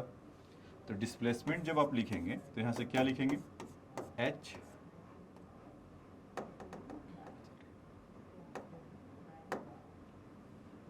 r/2i प्लस hj, यही लिखेंगे ना, कि मतलब आपका जो डिस्प्लेसमेंट वेक्टर होगा या पोजीशन वेक्टर होगा वो r/2 x एक्सिस में जा रहे होंगे और y एक्सिस में कितना जा रहे हैं h। तो r/2 का जब यहाँ से वैल्यू रखेंगे इसमें, ये वाला चीज़ u² sin 2θ/g, तो sin 2θ का वैल्यू क्या होता है 2 sin θ इंटू cos θ। तो u² will be intact but 2 will be cancel out. तो यहाँ से हम लिख सकते हैं u² sin θ into cos θ/g i के लिए। प्लस एच के लिए क्या लिखेंगे, एच मैक्स कितना होगा, u square sine 2 theta by 2g, u square sine 2 theta नहीं, sine square theta by 2g, ऐसा। ये हमारा डिस्प्लेसमेंट के लिए होगा। ठीक है बच्चों, तो ये तो आ गया। अब उसको वहाँ पर उसका मैग्नीट्यूड निकालना होगा ना, उसको बताने के लिए तो टाइम ऑफ फ्लाइट से हमें डिवाइड करना है। तो v एवरेज, अभी चाहो तो आप वेक्टर के फॉर्म में कर दो। देखो वेक्टर के फॉर्म में करने से ज़िंदगी कितना आसान है, नहीं तो फिर इसका डिस्प्लेसमेंट का मैग्नीट्यूड निकालो और फिर बताओ और फिर उसको डिवाइड करो, तो डबल आपको मेहनत करना है ना। इसमें क्या करेंगे, वेक्टरली ही डिवाइड कर देते हैं। यहाँ पर क्या है कि t equal to 2u sine theta by g है, तो t बाई 2 का वैल्यू कितना हो जाएगा इसका, 2 से 2 कैंसिल हो जाएगा, तो u साइन थीटा बाई जी हो जाएगा ये चीज़। तो आपको इससे डिवाइड करना है, तो v एवरेज की जगह पे ये U square over G sine theta cos theta आई plus U square sine square theta over 2g J भी है सामने अपॉन, ये विजिबल है नीचे, अच्छा थोड़ा सा जगह चाहिए मतलब समझने के लिए आपको, u square sorry not u square is basically u sine theta over g, ऐसा देखो तो ये पूरा मतलब कि डी डिस्प्लेसमेंट की जगह पे इसको लिख दिया यू स्क्वायर साइन, मैं नीचे की तरफ देख रहा हूँ अपने उसमें कि आपको मतलब वो नीचे तक आए, मैं ऊपर अच्छा चलो ऊपर ही देख के बोल देता हूँ कि you square G sine theta cos theta I you square sine 2 theta by 2g J. तो इसको अगर डिवाइड करेंगे तो U sine theta by G, मुझे लोकेशन देखना होता है कि ये सही है क्या, तभी वो नीचे देखना पड़ता है लैपटॉप के अंदर कि वहाँ पर मॉनिटर ठीक से काम कर रहा है। तो देखिए, तो इसको अगर u square by g sine theta cos theta I you square sine 2 theta by g इस डिस्प्लेसमेंट है, और इसको टाइम से डिवाइड कर देंगे जो t बाई 2 था you sine theta by g, तो U sine theta by g. तो अब आपको इसको तोड़ फोड़ मतलब शॉपिंग पे चले हैं उस तरह का कुछ है, तो g से g वो दोनों तरह से कैंसिल हो गया, यू साइन थीटा से कैंसिल हो जाएगा, एक केवल यू कॉस थीटा बचेगा, और यहाँ से भी यू कैंसिल हो जाएगा, यू साइन थीटा बचेगा। तो यहाँ पर क्या बचा बच्चों, you cos theta I plus u sine theta by 2 जे, ऐसा है ना। इसको लिख लेते हैं अलग से, ये तो फिर मेसी काफ़ी हो जाएगा। तो v एवरेज जो था ये मिला u cos theta I plus u sine theta by 2 जे। तो आप चाहो तो यहाँ भी छोड़ सकते हैं, और आपको थोड़ा और मेहनत करने का मन कर रहा है तो आप इसको स्क्वायर करके सम करेंगे, तो ये तो भाई साहब यू दोनों जगह है तो निकल के बाहर आ जाएंगे क्योंकि यू स्क्वायर आएगा। अच्छा चलो लिख ही देता हूँ, you cos square theta plus U square sine square theta by 4। तो यहाँ से जब करेंगे तो u बाहर आ गया एलसीएम लेने पर, और 4 का भी होगा तो u बाई 2 हो जाएगा, तो 4 cos square theta plus sign square theta. थोड़ा और मेहनत करेंगे, मतलब इसलिए कि एक्सप्रेशन इस तरह का दिया है तो ट्रिग्नोमेट्री आप कितना करते हैं उसके लिए है। तो 3 कॉस स्क्वायर थीटा प्लस 1, क्योंकि sign square theta plus cos square theta 1 हो जाएगा, और बाकी का 4 कॉस स्क्वायर थीटा है तो एक तो चला गया होगा, तो 3 कॉस स्क्वायर थीटा बचेगा। तो इसका v एवरेज का आपका मैग्नीट्यूड एक तरीके से मिल गया कि इसका स्पीड है बाई 2 इंटू थीटा। ठीक है बच्चों, तो ये अभी कमाल का क्वेश्चन था आपके लिए कि एवरेज वेलोसिटी मतलब काम बोल क्या रहा है एवरेज वेलोसिटी, लेकिन टेस्ट किसका ले रहा है, पूरे प्रोजेक्टाइल का, और वो भी अच्छे से ले रहा है टेस्ट, जब हाईएस्ट पॉइंट पर है तब बताइए। तो वेक्टर के फॉर्म में करने से कैलकुलेशन थोड़ा आसान हो गया, नहीं तो आप वहाँ पर आपको निकालना पड़ता और फिर आता। ऐसा नहीं कि नहीं आएगा, आप चाहो तो वहीं से इसका डी का मैग्नीट्यूड यहीं निकाल लीजिए, फिर वहाँ से उसको डिवाइड करिएगा तो आएगा आंसर सेम। ठीक है, तो इसको नोट डाउन कर लीजिए, ये काफ़ी अच्छा क्वेश्चन है। इसके सेकेंड पार्ट पे आ रहे हैं, इस पे वो बोला है ना, time at which the speed of the projectile becomes perpendicular to its initial velocity. तो यहाँ पर आपको सीखने को मिलेगा, और इसी से रिलेटेड एक और क्वेश्चन रखा हूँ। ठीक है, अब इसको थोड़ा जो ट्रिग्नोमेट्री किए थे उसका मैग्नीट्यूड लेने के लिए उसको लिख लीजिए। ठीक है, अब आइए इसका दूसरा पार्ट करते हैं। उसमें क्या बोला है कि the time at which the speed of the projectile becomes perpendicular to its initial velocity. ठीक है, तो किस टाइम पर उसका वेलोसिटी परपेंडिकुलर हो जाएगा। तो देखो इसमें अब हमें तो पता नहीं कि कहाँ पर होगा, तो एक हम ऐसा इन जनरल मान लेते हैं होंगे, जैसे मान लीजिए पार्टिकल को यहाँ से यू से फेंका और थीटा है, तो इसको अगर वेक्टर के फॉर्म में लिखेंगे, ये आपका वाई एक्सिस है और ये एक्सिस है, तो इसका वेलोसिटी का एक्स कंपोनेंट क्या होगा। अच्छा ये चलो ये तो बहुत लिख लिया, अब सीधा लिखते हैं, आपको ऐसे भी सिखा देता हूँ। U x i plus u y j, ऐसा। तो u equal to u x का वैल्यू कितना हो जाएगा, u कॉस थीटा आई plus u sine theta j, इस तरह का u कॉस थीटा आई ऐसा होगा। तो ये इनिशियल मान लीजिए, और फाइनल कितना होगा बच्चों, उसको फाइनल को दिखा रहे हूँ आफ्टर टी टाइम के बाद। तो वेलोसिटी का एक्स कंपोनेंट चेंज नहीं होता है। कौन सा कंपोनेंट चेंज नहीं होता है, वेलोसिटी का एक्स कंपोनेंट कभी चेंज नहीं होता है ड्यूरिंग द प्रोजेक्टाइल मोशन। ये क्यों ऐसा हुआ, क्योंकि उधर कोई एक्सेलरेशन होता नहीं है, means acceleration in the X direction नहीं होता है। क्यों, क्योंकि ऐसा v equal to U plus A T होता है ना। तो बीच बीच में आपको थोड़ा मंत्र ऐसा बताना पड़ता है, नहीं तो आप भूल जाओगे। तो एक्सेलरेशन ही जीरो है, तो यहाँ से v इक्वल टू कितना होगा, u कॉस थीटा ना। तो कोई भी टाइम लगा लो 0 इंटू टी, तो ये कभी चेंज नहीं करता है। तो u कॉस थीटा आई ये तो अनचेंज रहेगा। वेलोसिटी का y कंपोनेंट क्या होगा, तो वो चेंज करता है। क्यों, क्योंकि V Y equal to you sine theta minus ji T, ऐसा होगा ना कि टाइम होगा तो उसका चेंज होते रहेगा। तो इसके जगह पे क्या लिख लूँ, यू साइन थीटा माइनस जी टी जे, यही होगा। तो हमें इन दोनों के बीच में कह रहा है, एक हिंट दे रखा है कि इन दोनों के बीच में एंगल कितना होगा। तो जैसे ही एंगल आएगा तो आपके दिमाग में एक चमक आएगा, या आपका आंख चमक जाएगा, किस क्या निकालना है, यानी किसका मतलब हमें डॉट प्रोडक्ट की तरफ जाना है। It will B give the angle, और एंगल में भी क्या बोला है, इस परपेंडिकुलर। तो सोने पे और सुहागा हो गया।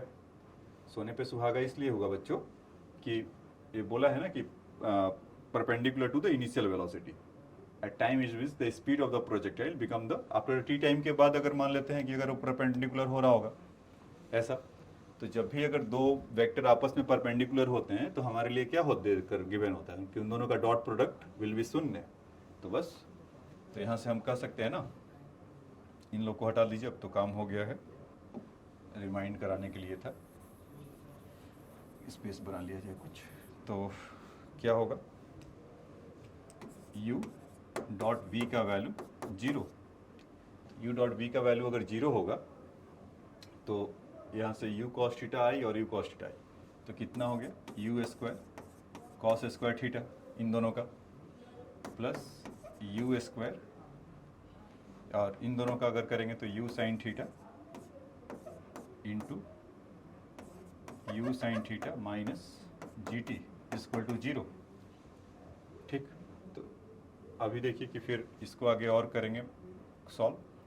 तो you square cos square theta plus U square sine square theta minus U sine theta G into T equal to 0, ऐसा।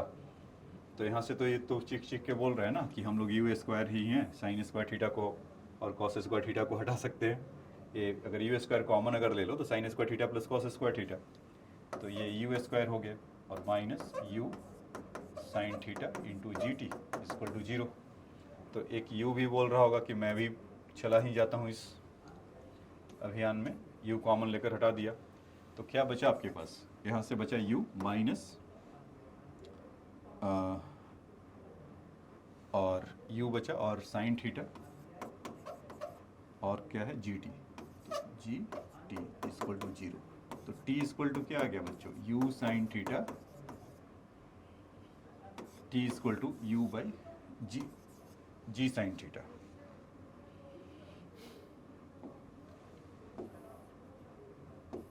ये आया। तो इसको अच्छे से सुंदर अक्षर में इसको लिख लीजिए, क्योंकि एडवांस के लिए एकदम परफेक्ट इंफॉर्मेशन है। अगर ऐसा आएगा तो एक मिल सकता है ऐसा। ये किस टाइम पर अगर होगा। एक क्वेश्चन और है, फिर इसको मैं आपको बता देता हूँ।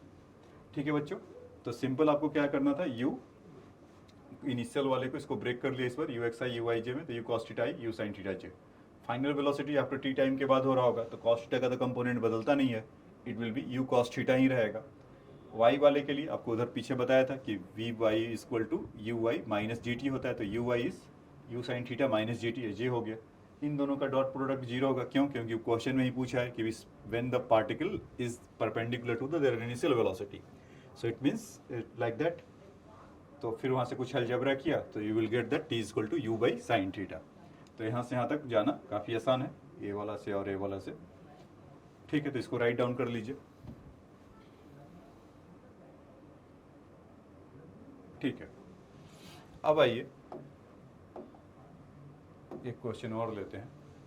तो correct radius of curvature of path of particle at instant when velocity vector of particle become the perpendicular to initial velocity vector.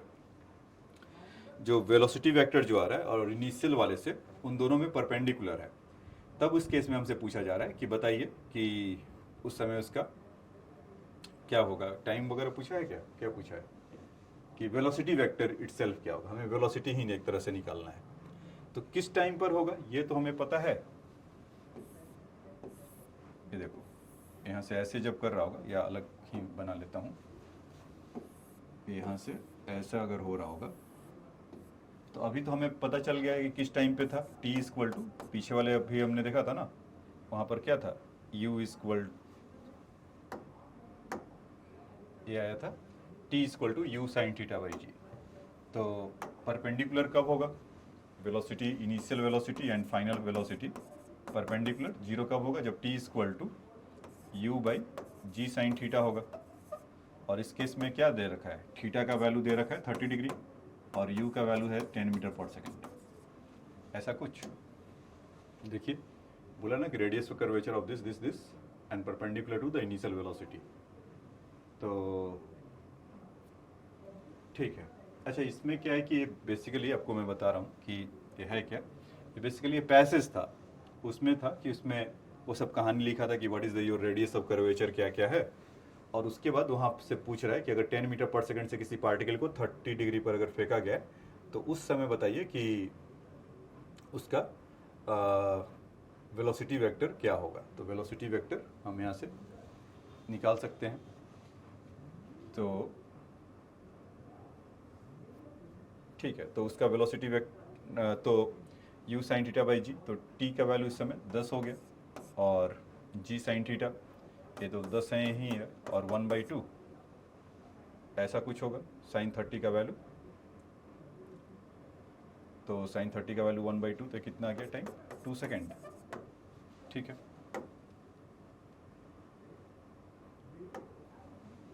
इसमें तो कोई देख रहा हूँ कि कोई प्रॉब्लम तो नहीं है, क्योंकि साइन थीटा के साथ सब है। ठीक है, ठीक है, यहाँ पर ये ऐसा है। ठीक, तो अगर थीटा का वैल्यू अगर 30 डिग्री है तो इसका इस समय होगा। तो फाइनल वेलोसिटी अगर हमसे जैसे पूछा था कि फाइनल वेलोसिटी बताइए, तो फाइनल वेलोसिटी क्या होता था, यू साइन सॉरी यू मतलब उसका आपने देखा था पीछे वाले में, यू कॉस थीटा आई plus u sine theta minus जी टी, यही था ना आई। देखो ये निकाला था ना, वी कॉस थीटा आई यू साइन थीटा माइनस जी टी जे। तो यहाँ पर अगर हम इसको लिख लें, u का वैल्यू है 10 और cos थीटा का वैल्यू √3/2 आई हो जाएगा, प्लस u साइन थीटा का वैल्यू कितना हो जाएगा, अभी देखा था 5, और जी टी 10 इंटू 2 सेकेंड उस समय है, तो आई आ जाएगा। तो कितना आ गया यहाँ से, 5√3 आई माइनस 5j। अब इन्हीं दोनों का पूछा हुआ है कि बताइए कि इसका वेलोसिटी वेक्टर। तो वेलोसिटी वेक्टर के लिए एक आ जाएगा यहाँ से 5√3, तो कितना हो गया 25 इंटू 3 प्लस 5, तो कितना हो गया 100, यानी कि 10 मीटर पर सेकेंड। तो उस केस में वहाँ पर जब वो परपेंडिकुलर बना रहा होगा तो वहाँ पर 10 मीटर पर सेकेंड से ऐसा मिलकर आएगा। ठीक है, तो ये कुछ हाँ इसमें क्या है बच्चों, ठीक है तो क्वेश्चन ऑन है अभी भी, कि मुझे लगा कि वो उसमें कुछ आगे पीछे हो गया, लेकिन नहीं। इसमें क्या है कि ये तो हमें वेलोसिटी जितना मिलना था इसका तो मिल गया, इसको तो रख लीजिए, क्योंकि इसका भी तो काम पड़ेगा ना, क्योंकि वो मैं इसलिए था कि इसका रेडियस ऑफ कर्वेचर निकालने के लिए मांगा है, कि जब वेलोसिटी इसका परपेंडिकुलर हो रहा है यहाँ से, जब इस तरह का हो रहा है तो उस समय पूछ रहा है कि उसका बताओ कि रेडियस ऑफ कर्वेचर क्या होगा। हाँ ये है ना क्वेश्चन। तो यहाँ पर क्या है कि अगर मान लीजिए कि अगर वो कितने से फेंका है, तो इसमें मैंने 30 लिया है सर, चलो कोई बात नहीं 30 ही ले लेते हैं। तो उस समय जब ये जा रहा होगा तो कहीं मान लीजिए कि यहाँ पर होगा, क्योंकि नीचे तब तक आ गया है ना, क्योंकि आप देखिए यहाँ पर वेलोसिटी वेक्टर इसका, यहाँ पर वेलोसिटी वेक्टर अगर देखेंगे तो इसमें इस समय कहीं यहाँ पर है। मुझे कैसे पता चल रहा है, क्योंकि इसका y कंपोनेंट नेगेटिव है तो नीचे हो गया होगा, और x तो ऐसे ही इंटैक्ट होगा। तो इस केस पे हमें बताना है कि रेडियस ऑफ कर्वेचर क्या होगा। तो वेलोसिटी तो ठीक है, ये कुछ ऐसा जा रहा होगा 10 मीटर पर सेकेंड, तो होगा ही होगा। उस केस में अब हमें g के बारे में सोचना है केवल, कि g तो डाउनवर्ड इसी में ऐसे रहेगा, तो यहाँ का एंगल कुछ कितना ले लें, उस समय वो कितना बना रहा होगा, 1/√2, तो ये 30 डिग्री ये होगा, तो 60 डिग्री हो गया। तो यहाँ से कितना हो जाएगा ये, मतलब ये 60 हो गया तो वापस ये 30 हो गया। तो जी मतलब कि ठीक उसके अलोंग में अगर हमें देखना हो या ऐसा देखना होगा ना परपेंडिकुलरली, हाँ, तो यहाँ से जी कॉस 30 हो जाएगा। तो जी कॉस 30 का वैल्यू कितना हो जाएगा, तो ठीक है, तो जी कॉस 30 का वैल्यू मतलब कि √3/2 ये हो गया। तो जब आप उसको उसमें पुट करेंगे, उसमें मतलब कि रेडियस ऑफ कर्वेचर के लिए, तो आपको तो यही चाहिए v²/r है ना, सॉरी v²/g cos थीटा यहाँ के लिए। तो v² कितना हो गया 100 × 100, और g का वैल्यू इज 10 × √3/2, ऐसा। तो 10 से 10 कैंसिल हुआ तो कितना आ गया 20/√3, 20/√3। तो ये आएगा बच्चों। तो उसमें क्वेश्चन के लिए था कि उस समय बताइए कि जब इनिशियल वेलोसिटी और फाइनल वेलोसिटी आपस में एक दूसरे पे परपेंडिकुलर है, तो उस समय हमें बताना है कि रेडियस ऑफ कर्वेचर क्या होगा। तो उसमें हम फटाफट जो अभी पीछे सीखे थे टाइम ऑफ फ्लाइट लेकर आ गए, मतलब कि किस समय पर होता है, तो पता चला 2 सेकंड पे। वेलोसिटी से पूछे आप बताओ भाई आप क्या हो, तो बोला कि मैं 5√3i और -5j हूँ, मतलब 10 मीटर पर सेकेंड उस समय उसका स्पीड है। ठीक है, तो ये तो कहानी हो गया। तो फिर उस समय देखा गया कि आपको एक ही कॉन्सेप्ट सिखाया गया था कि जब भी इस तरह का होता है तो उस समय क्या होगा, उस समय इज कि जो रेडियस ऑफ कर्वेचर के लिए कि ये ले देकर यही कॉन्सेप्ट है कि centripetal acceleration equal to v²/r। तो वेलोसिटी पे ठीक परपेंडिकुलर कंपोनेंट निकाला तो g cos थीटा आया, उससे वेलोसिटी वेक्टर से जितना वो बना रहा था तो उसका वैल्यू पुट कर दिया 10√3/2, और इसका वैल्यू आ गया 20/√3 मीटर। ठीक है,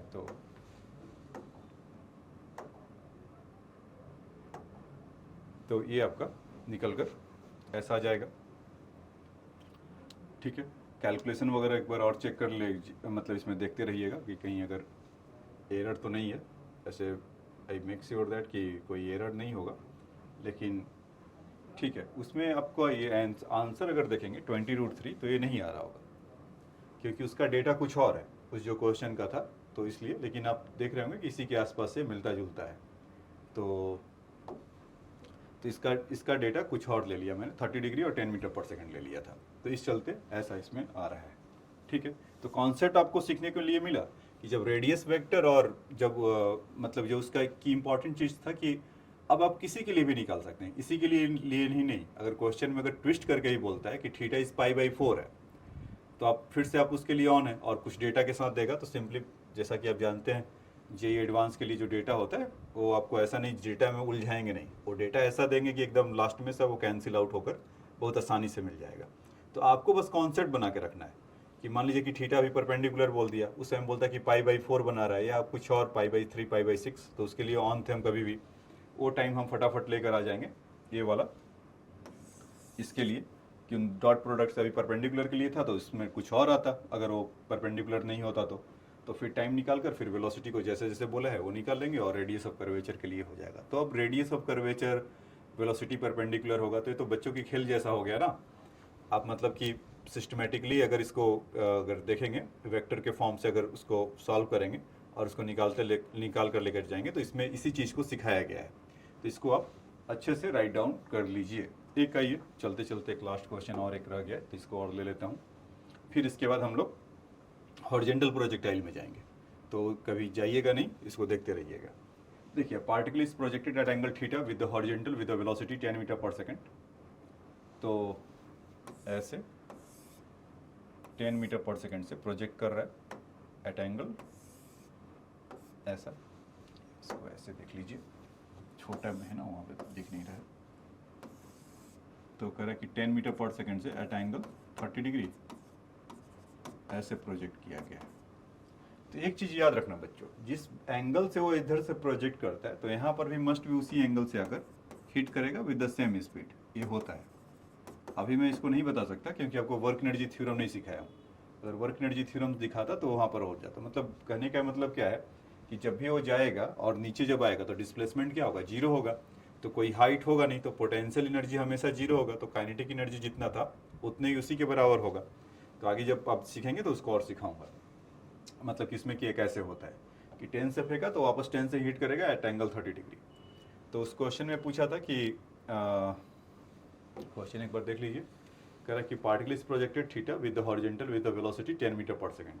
तो पूछ रहा आफ्टर 2 सेकंड के बाद उसका वेलोसिटी क्या होगा, आफ्टर 1 सेकंड के बाद उसका वेलोसिटी क्या होगा, द मैग्नीट्यूड ऑफ वेलोसिटी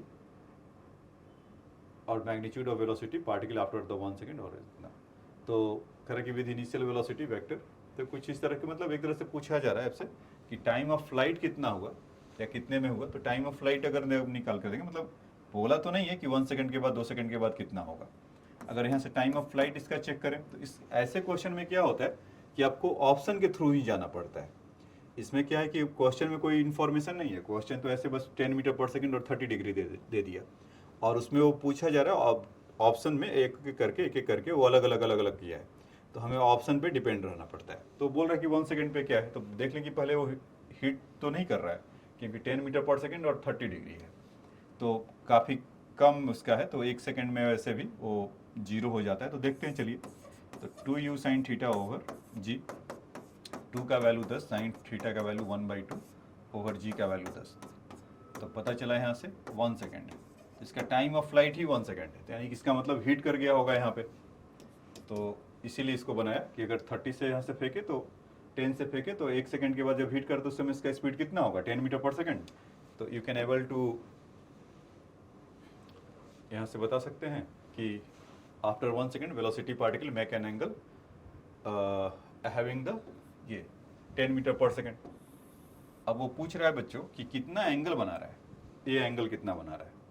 तो अभी क्या होगा कि 30 डिग्री, तो जैसे कि इससे आप देखेंगे कि हॉरिजेंटल से कितना रहेगा।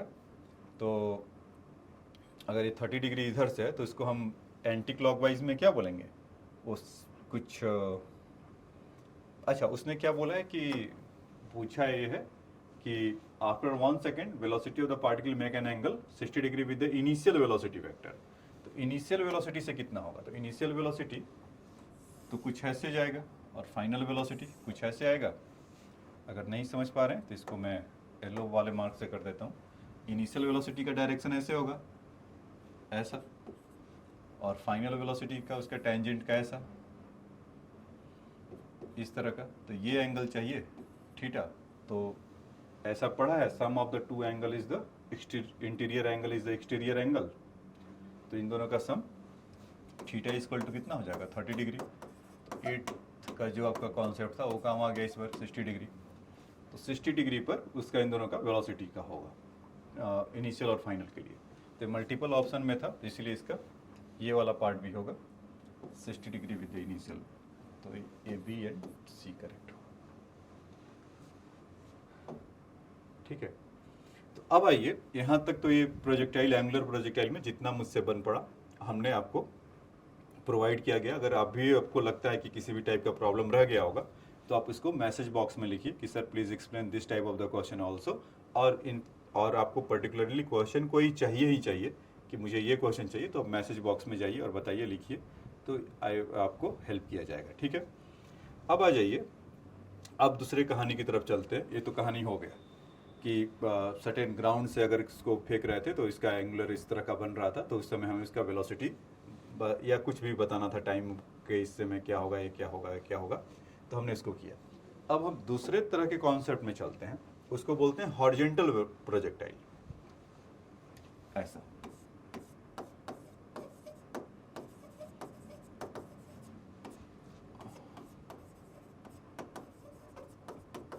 Horizontal projectile.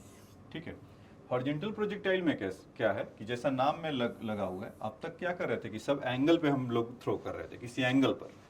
अभी क्या करेंगे कि कहीं पर इस तरह का हो, जैसे मान लीजिए कि टावर पे चले गए, तो आप देखते होंगे ना कभी अपने घर के ऊपर से भी आप किसी चीज़ को हॉरिजेंटली आप फेंकिए तो क्या होगा, तो कुछ ऐसे जाएगा।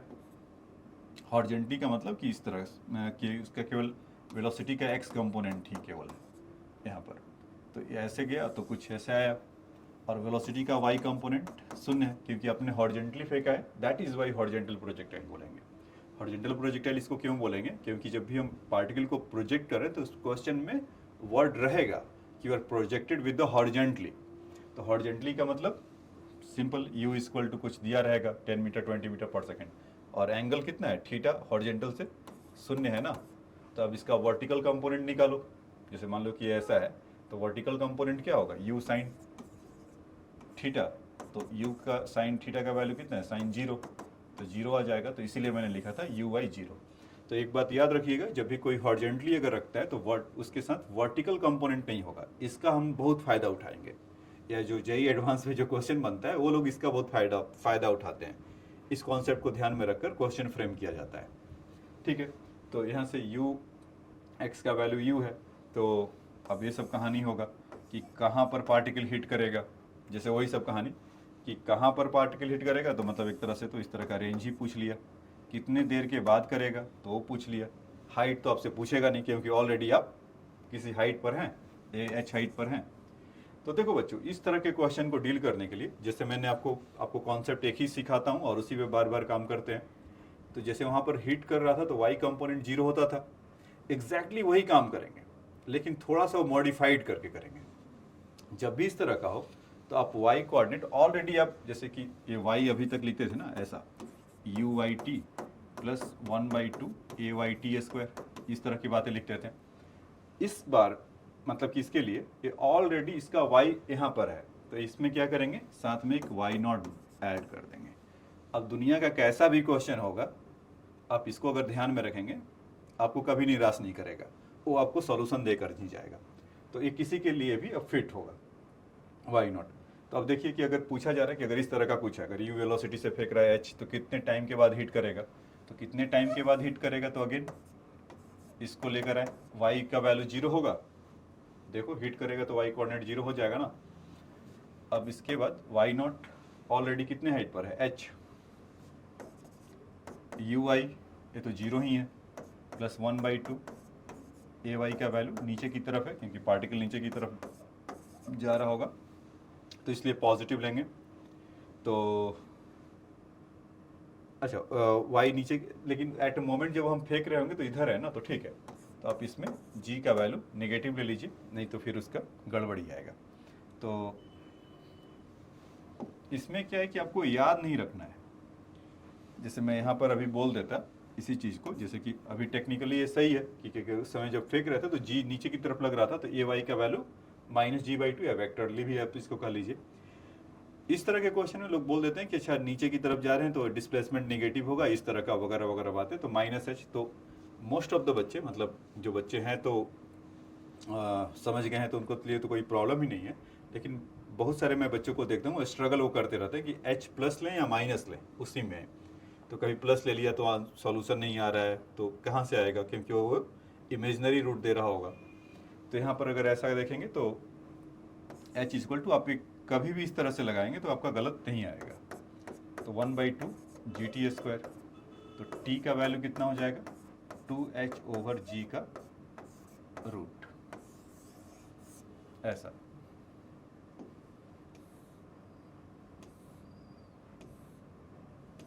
इस तरह का। तो t इक्वल टू √2h/g इतने टाइम के बाद करेगा। तो अच्छा बताओ, अब पूछा है कि प्रोजेक्शन पॉइंट से बताइए कि कहाँ पर वो पार्टिकल हिट कर रहा होगा। तो कहीं यहाँ पर कर रहा होगा, तो यानी कि एक्स कोऑर्डिनेट चाहिए। दूसरी भाषा में इसका ये रेंज हो गया। तो एक्स कोऑर्डिनेट के लिए क्या होगा, अगर एक्स कोऑर्डिनेट इसमें पूछता है x इक्वल टू, तो इसको यही बोलेंगे ना, u इंटू टी या ux इंटू टी। तो वेलोसिटी का केवल x कंपोनेंट यहाँ पर u है और टाइम t जितना लगा होगा मल्टीप्लाई कर देंगे। तो u इंटू √2h/g। ठीक है बच्चों, तो यही दो कॉन्सेप्ट है कि कितने टाइम के बाद वो हिट करेगा या वगैरह वगैरह, इस तरह का। और पूछ जाए किस वेलोसिटी से यहाँ पर कर रहा है, तो वो सब हम निकाल सकते हैं। तो पहले उस पर आ रहा हूँ धीरे धीरे। पहले ये दोनों बातें क्लियर है क्या, पहले एक बार आपको फिर से मैं ब्रीफ कर देता हूँ कि आपको जो इसमें बताया कि जब भी पार्टिकल को अगर यहाँ से कर रहे होंगे तो कॉन्सेप्ट एक ही पूछा जा रहा है कि कितने देर के बाद कुछ इसमें हलचल हुआ क्या अभी, अच्छा पता नहीं।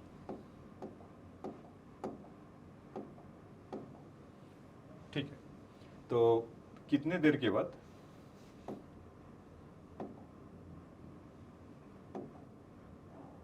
हलचल हो तो रहा है। ठीक है, चलिए उस हलचल को नहीं फील करते हैं, इसको देखते हैं कि कितने हाइट के बाद, अगर कोई h हाइट के बाद अगर व्हाट हॉरिजेंटली प्रोजेक्ट कर रहा है, हॉरिजेंटली अगर प्रोजेक्ट कर रहा है तो उस समय वो कितने टाइम के बाद यहाँ हिट करेगा। तो y कोऑर्डिनेट 0 होगा, तो y कोऑर्डिनेट को इन जनरल अगर लिखेंगे तो क्या लिख पाएंगे, y equal to y not u/t plus half a/t²। ay vertically downward है, तो कितना हो गया, क्योंकि y का वैल्यू 0 हो रहा होगा, तो h 0 माइनस हाफ g/t²। तो t का वैल्यू लेकर आए तो कितना आ गया, √2h/g इतना आया। तो अभी वो x कोऑर्डिनेट कितना होगा, तो x कोऑर्डिनेट का वैल्यू कितना आ जाएगा, is ux into T, u into 2h/g। ये दो चीज़ें आपने सीखा। ठीक है बच्चों, अब आइए इसी से कोरिलेटेड क्वेश्चन ऐसा है, या मतलब कॉन्सेप्ट ऐसा है कि अगर इसको हम प्रोजेक्ट कर रहे हैं हॉरिजॉन्टल प्रोजेक्टाइल को कुछ इस तरह से,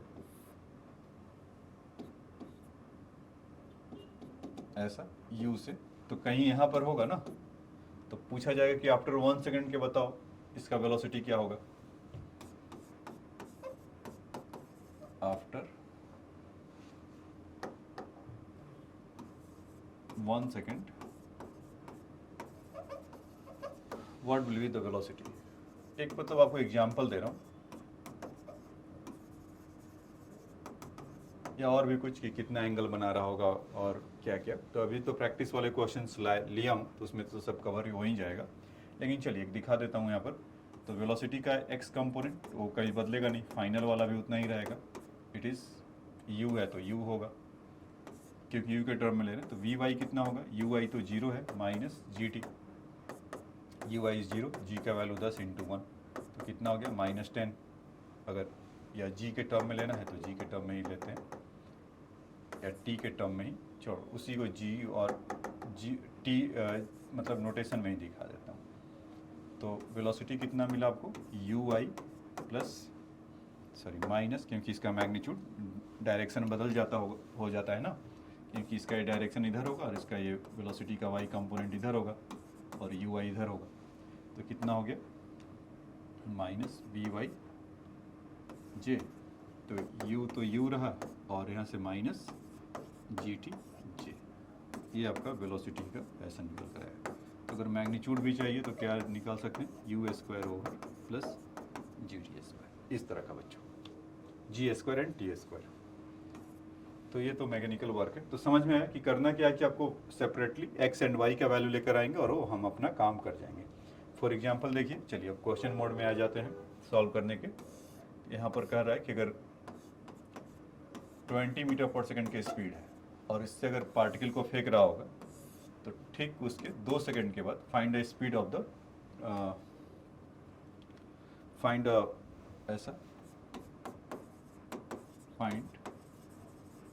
वेलोसिटी आफ्टर 2 सेकंड, इस तरह का। तो कहीं टकरा तो नहीं गया, देख लो एक बार चेक करके कि टोटल टाइम कितना लगता था जब हीट कर रहा था। 2h/g ये बताया था आपको। तो 2, अच्छा हाइट मान लो कि कुछ 100 मीटर है, तो 200 100/g = 10, तो √20 है।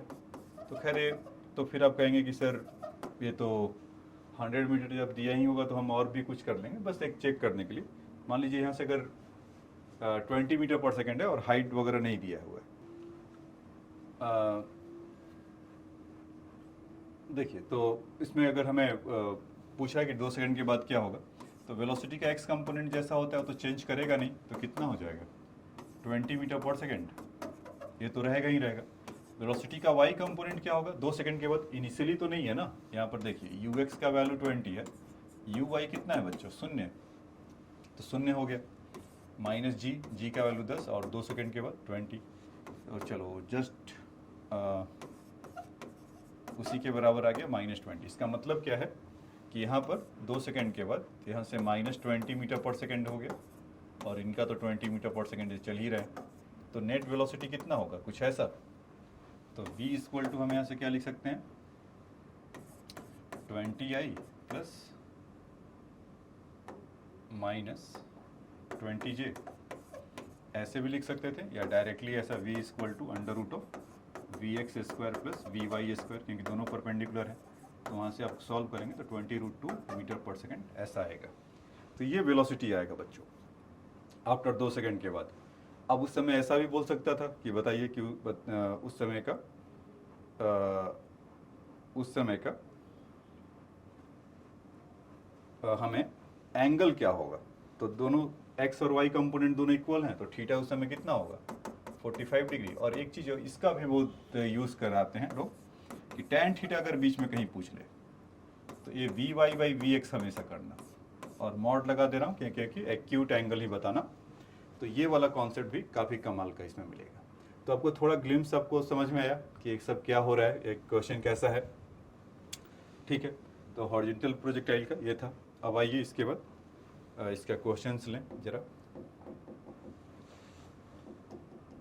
ये सब तो हमने देखा आज।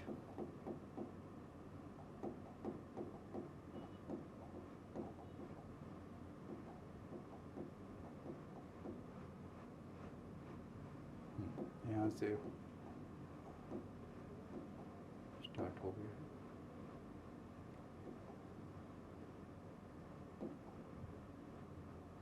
यहाँ से देखना है। चलो तो ये कह रहा है कि plane is flying horizontally at height of 1000 meter with a velocity of 1000 meter per second when bomb is release from it, find a time taken by it to reach the ground, the velocity with which the bomb hits the target and the distance of the target.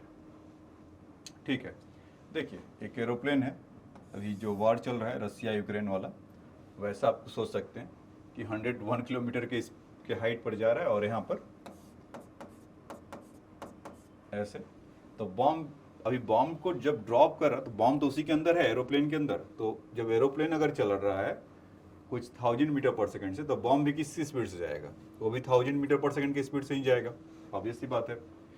तो अचानक से इसको drop किया, तो उस समय bomb का speed कितना होगा 1000 मीटर पर सेकंड, और प्लेन तो आगे निकल गया उसको ड्रॉप करके, तो क्या होगा कि वो कुछ ऐसे ही गिरेगा। एक चीज़ और बच्चों है इसमें कॉन्सेप्चुअल क्वेश्चन, ये समझ लो कि मान लो कि थोड़ा ऊपर तो नहीं, इसको नीचे लेकर आओ एरोप्लेन को, ठीक हॉरिजॉन्टली, तो आपका कॉन्सेप्ट एक और क्लियर हो जाएगा। क्या होगा कि जब वो एरोप्लेन तो ऐसे ही चला गया होगा, एरोप्लेन का डंडी उंडी ऐसे बना देते हैं, ऐसा ही होता ना, टक टक टक टक कुछ ऐसा चल रहा होगा। तो जहाँ पर बॉम्ब ब्लास्ट होगा, ये वाला बॉम्ब अगर ब्लास्ट होगा जहाँ पर, ठीक ये उसके ऊपर ही होगा। क्योंकि ये कैसे पता आपको, देखिए वो मुझे ऐसे पता कि जिस स्पीड से वो और वो भी उसी स्पीड से चल रहा होगा, तो वेलोसिटी का एक्स कंपोनेंट तो कभी बदलता नहीं है। जिस स्पीड से उसको तो ड्रॉप कर दिया, तो वो तो ग्रेविटी उसको लेकर पुल कर रहा होगा नीचे की तरफ। मान लीजिए कि बॉम्ब यहाँ पर है, ये यहाँ पर है, तो बॉम्ब यहाँ पर है, तो वो नीचे है तो ठीक नीचे, क्योंकि वेलोसिटी का एक्स कंपोनेंट दोनों का नहीं बदलेगा, और कुछ एक्सटर्नल फोर्स नहीं लग रहा है, मतलब एयर ड्रैग वगैरह ये सब का हम नहीं लेते हैं, तो उस समय क्या होगा कि वो भी दोनों सेम हॉरिजॉन्टल डिस्टेंस ट्रैवल करेंगे। जितने टाइम में ये नीचे इसको लगेगा उतने टाइम में कहीं वो ऊपर आगे की तरफ होगा, लेकिन रहेगा ठीक इसके ऊपर ही। तो जब भी इसके कभी भी बम ब्लास्ट होगा तो ठीक उसके ऊपर एरोप्लेन जा रहा होगा। ठीक है, तो ये कॉन्सेप्ट याद रखिएगा। तो ठीक है, 1000 मीटर पर सेकंड के लिए है और वो 1000 मीटर का इसका कुछ था डिस्टेंस। तो पूछा है कि at what time it will hit the ground, the time taken by it to reach the ground. तो t इक्वल टू डायरेक्टली आप चाहो तो ऐसा लिख सकते हैं, और जिनको दिक्कत है समझने में तो 0 equal to h plus 0 minus half GT² किया गया, ये वही वाला है। कुछ y equal to y0 plus UIT minus half या प्लस हाफ AYT², जो काइनेमेटिक्स या प्रोजेक्टाइल के अंदर जो उसका जो इक्वेशन का था, मोशन का इक्वेशन था, उसको लिखा और वहाँ से कर दिया। y0 ओरिजिनली h हाइट पर होगा तो ऐसा होगा, और सॉल्व करेंगे तो t का वैल्यू ऐसा होगा। तो यहाँ से 2 h का वैल्यू आपका 1000 है और g का वैल्यू 10 है, तो कैंसिल हो गया। तो 200, तो यहाँ से कितना हो जाएगा 10√2 सेकेंड, 10√2 सेकेंड आ गया t का वैल्यू। तो इतने टाइम के बाद हिट करेगा, एक तो ये हुआ। दूसरा कि the velocity with which the bomb hits the target.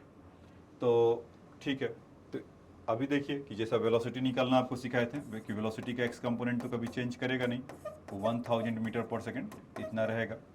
Velocity का वाई कंपोनेंट क्या होगा बच्चों, यू आई तो 0 है, माइनस 10 इंटू टी, कितने टाइम के बाद, इतने टाइम के बाद 10√2, यही आएगा। तो वो कितना हो गया, माइनस 100√2 मीटर पर सेकेंड।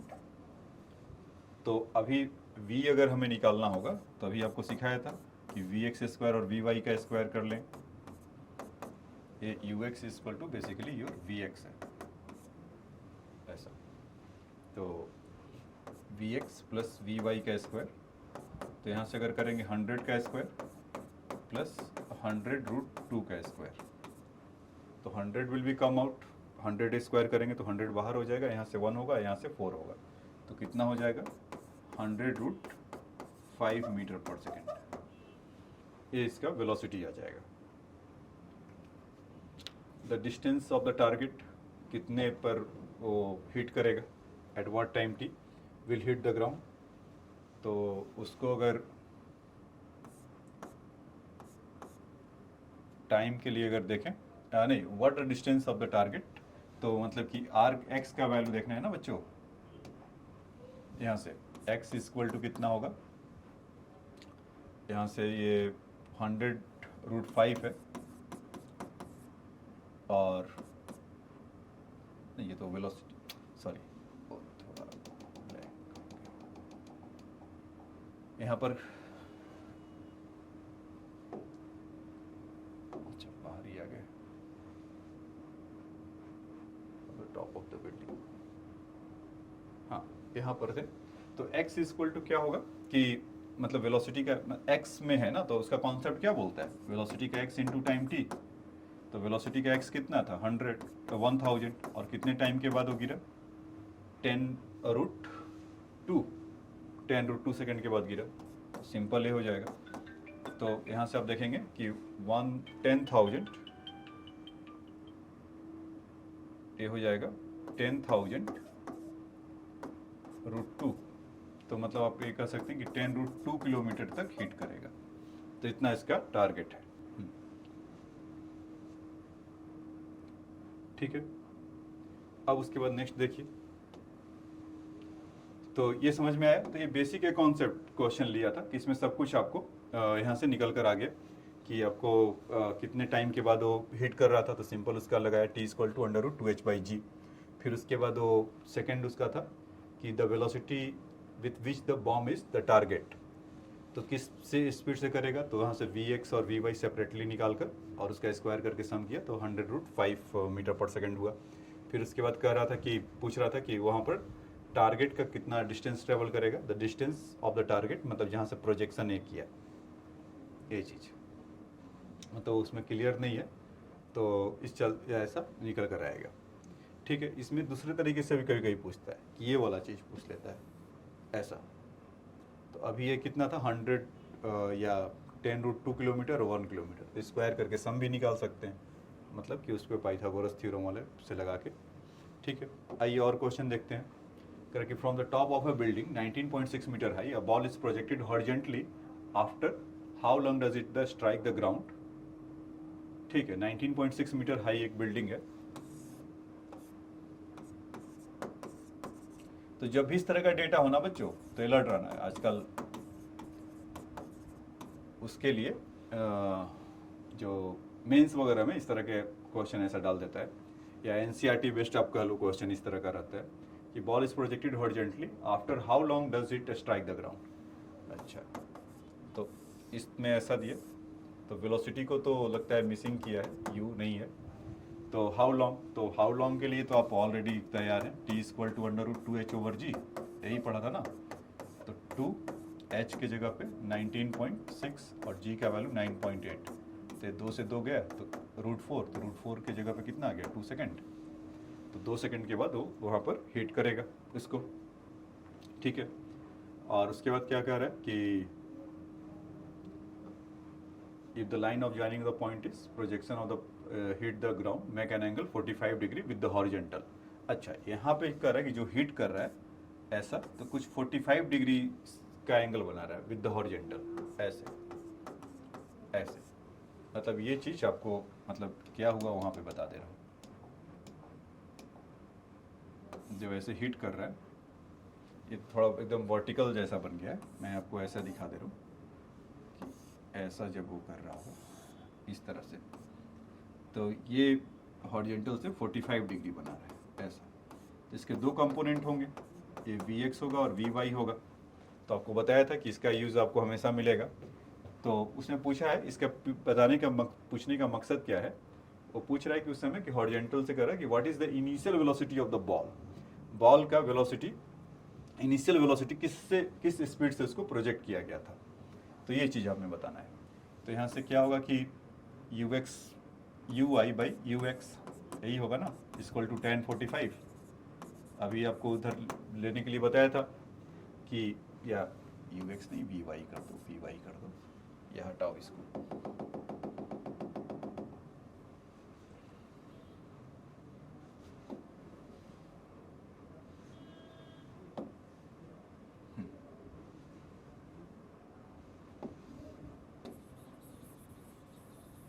तो ये तो 45 डिग्री जो यहाँ पर बता रहा था, तो उसको आपको बताया।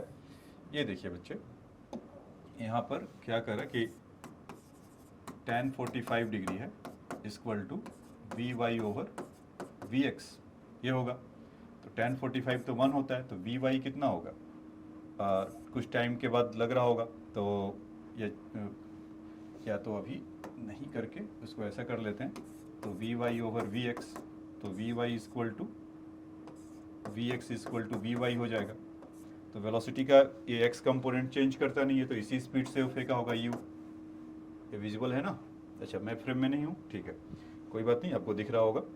तो ux u है और Vy का value 0 minus g into T. T का वैल्यू बताइए कितने सेकंड के बाद वो हिट किया, 2 सेकंड के बाद। तो यहाँ पे हो गया 2, तो g और 2 का मल्टीप्लाई करेंगे तो कितना हो गया -2g। तो -2g और g का अगर 9.8 वैल्यू लेंगे अगर, तो कितना हो जाएगा 19.6 मीटर पर सेकेंड। तो निगेटिव साइन से उससे आपको घबराना नहीं है, क्योंकि उसका मैग्नीट्यूड हमें केवल लेना है। तो इस डायरेक्शन में 19.6 मीटर पर सेकेंड से इसको थ्रो किया होगा। तो समझ में आया कॉन्सेप्ट, कितने टाइम के बाद होगा, तो फटाफट टाइम निकाल लेंगे, t इक्वल टू √2h/g। और वहाँ से कह रहा है कि ये कॉन्सेप्ट था कि 45 डिग्री से वो बना रहा है यहाँ पर एंगल। तो 45 डिग्री से पीछे थोड़ा आपको एक्सप्लेन किया था, यहाँ पर मिटा लिया हूँ। तो Vy/Vx करेंगे, और उस समय का एंगल कितना है tan 45 का वैल्यू 1, तो Vy/Vx, तो Vy इक्वल टू Vx। तो Vx का वैल्यू u था और उसका वैल्यू निकाल लेंगे, तो 19.6 मीटर पर सेकेंड ऐसा आया। ठीक है बच्चों, तो ये समझ में आया होगा, ये बेसिक क्वेश्चन था। तो आप चाहें तो इसको राइट डाउन कर सकते हैं।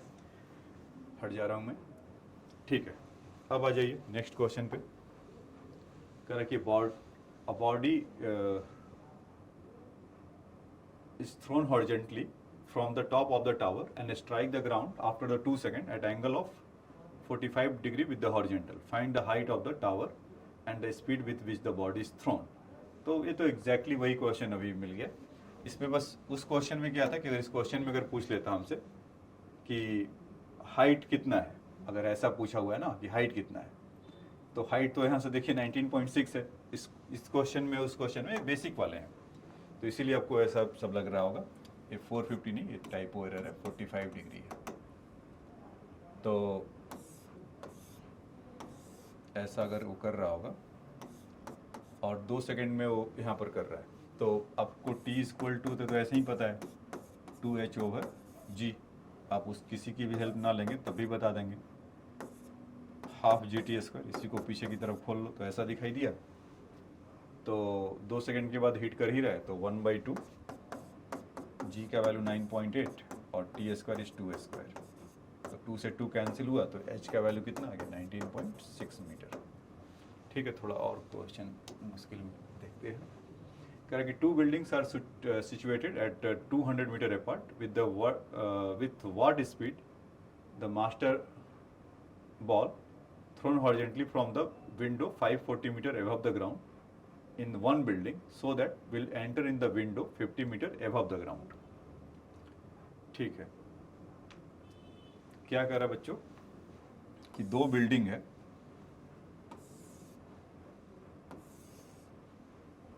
एक है विंडो 540 मीटर के ऊपर में और इन दोनों के बीच का डिस्टेंस है 200 मीटर, और यहाँ पर एक विंडो है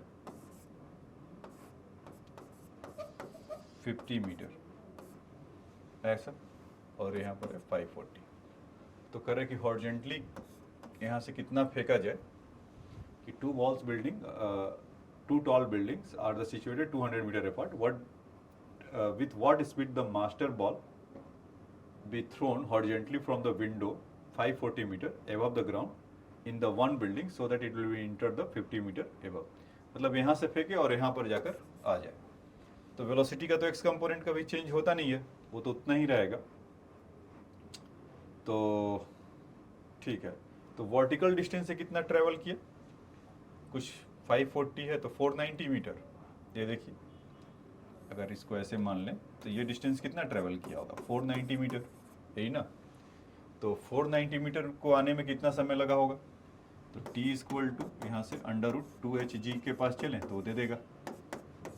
तो 2h का वैल्यू 490, अगर डेटा इस तरह का है 490 या 9.8 तो क्या लोगे g का वैल्यू 9.8। तो ये आपको जीरो यहाँ से ऐसे हटा लीजिए और बाकी का काम आप करेंगे तो 9800/90 तो कितना आ गया 100। यहाँ से 98/98 तो 100 आ गया, तो यहाँ से कितना हो गया 10 सेकेंड। तो ये तो बच्चों मिल गया 10 सेकेंड के बाद वहाँ पर वो पहुँच जाएगा। तो ठीक है, फिर तो कुछ बचा ही नहीं। 200 मीटर तो डिस्टेंस उतने देर में ट्रैवल कर ले रहा है, हॉरिजॉन्टल डिस्टेंस इस तरह का। तो यहाँ से क्या होगा, x इक्वल टू 200 और u से अगर वो गया होगा तो u इंटू टी, यही होगा। तो u 20/t, तो यहाँ से कितना हो जाएगा 20/10, तो यानी कि 2 मीटर पर सेकंड से वहाँ से उसको फेंका गया होगा। ठीक है बच्चों, तो इस तरह के क्वेश्चन में क्या था कि पहले सॉल्व वहीं पे मैंने कर दिया है, तो थोड़ा लग रहा होगा कि यू वेलोसिटी से फेंका और इससे यहाँ पर विंडो में था, मतलब इसको कर लेते हैं विंडो 1 और इसको कर लेते हैं विंडो 2। यहाँ से जब यहाँ पर फेंका तो किस स्पीड से उसको फेंकेगा कि यहाँ पर लैंड हो जाएगा। तो देखा 540 का है 50 का है, तो डिस्टेंस वर्टिकल कितना मेजर हुआ 490। तो 490 चलने के लिए कितना टाइम लगाया होगा, तो इसको देख लिया 200 इंटू 49/9.8, तो पता चला 10 सेकेंड। तो उसके बाद उसका 200 मीटर दिया हुआ है, तो वेलोसिटी का हमने एक्स कंपोनेंट वहाँ से फाइंड आउट कर लिया। अब देखिए नेक्स्ट कह रहा है कि stone is drop from the window of the bus moving at 60 km/h if the window is 1.96 meter high. Find the distance along the track which the stone फूज फॉर स्ट्राइकिंग द ग्राउंड। मतलब देखो क्या हो रहा है कि एक बस है, ऐसा मान लो कि ये बस थोड़ा हाई इतना ही ऊपर से चल रहा होगा, ऐसा ऐसे। तो जो उसमें फेंकने वाला है उसमें एक क्या किया, ड्रॉप किया है, तो ड्रॉप कर रहा हो तो वो भी तो 60 किलोमीटर पर आवर से चल रहा होगा। अगर मान लीजिए मैं हूँ और एक कुछ स्पीड से मैं भागूँ, तो this pen will also move with my speed, यही होगा। तो 60 किलोमीटर पर आवर से जा रहे होंगे, तो 60 इंटू 5/18 कर लें तो कितना हो गए, ये हो गए 3 और ये हो गए 10, तो 50/3 मीटर पर सेकेंड इस स्पीड से ये चल रहे होंगे। तो देखो होगा क्या कि एक ग्राउंड ऐसे मान लीजिए ऐसा है, तो पत्थर भी ऐसे आया होगा कुछ और नीचे स्पीड से ऐसे जा रहा होगा 50/3 मीटर पर सेकेंड, और हाइट कितना है 1.96 मीटर। बहुत ही प्यारा डेटा है 1.96। तो कह रहा है कि कितने, तो पहले तो आपको टाइम ही निकालना होगा कि टाइम बताइए। तो t इक्वल टू क्या होगा बच्चों, √2h/g। तो ये तो टाइम हमें निकाल कर दे देगा 1.96/9.8 ऐसा। तो इसमें आप देखेंगे तो अगर 19.6 कर लीजिए, अगर 10 से अगर मल्टीप्लाई यहाँ पर करके ऐसे, तो 19.6, तो ये कितना हो गया 2, तो 2/√10 आ जाएगा। इतने सेकंड के बाद हिट कर रहा होगा ऐसा। तो कितना हमें डिस्टेंस ट्रेवल किया होगा, तो x इक्वल टू क्या करें, तो x इक्वल टू अगर हमें करना होगा तो क्या कर लें कि वेलोसिटी इसका कितना है 50/3, ये हॉरिजेंटल, और ये वाला x के लिए तो हम यही जानते हैं ना कि vx into ux into T, और टाइम कितना है उसका 2/√10, तो 2/√10, तो कितना हो गया 100, और यहाँ से बाई 3√10, तो कितना आ जाएगा √100 अच्छा √100 है। तो ठीक है, उसको तो फिर आपको सॉल्व करना ही पड़ेगा। तो देखिए इसके क्या होगा कि 100 का 100 रहेगा और √10 का वैल्यू कितना हो जाएगा 3.16, तो 9.16, तो कितना हो गया 100/9.48, 16 भी मल्टीप्लाई होगा। अगर सोचो कि 10 होता तो 10 आ जाता, लेकिन 10 से कम है तो थोड़ा सा ज़्यादा होगा, तो कुछ मान लीजिए 11-12 सेकेंड उसको लगेगा उसको गिरने में, तो ऐसा कुछ होगा। तो कॉन्सेप्ट इसके पीछे का आपको समझ में आया, कॉन्सेप्ट आपको इसके पीछे का समझ में आया होगा कि 12 सेकेंड के बाद वो हीट कर जाएगा कि यू वेलोसिटी से फेंका तो टाइम कितना है। तो आप पूरे इसमें देख रहे होंगे कि आपको ये सी का बार बार हो रहा होगा, तो इसीलिए मैंने इसको पहले बता दिया। आइए नेक्स्ट देखते हैं। इसमें कह रहा है कि an aeroplane is flying in horizontal direction with velocity of 600 kilometre per our and height of 1960 meter. When it is vertically above the point A on the ground, a body is dropped from it. The body strike the ground at a point B. Calculate the distance AB. तो ये भी वही है बच्चों, aeroplane flying कर रहा है कितने से 600 किलोमीटर पर आवर से। तो इसमें अगर 5/18 से मल्टीप्लाई कर लेंगे, मतलब ऐसा कुछ होगा। तो अभी जो किया था 3 और ये हो जाएगा 10, तो वहाँ पर था 50/3, ये हो जाएगा 500/3 मीटर पर सेकेंड।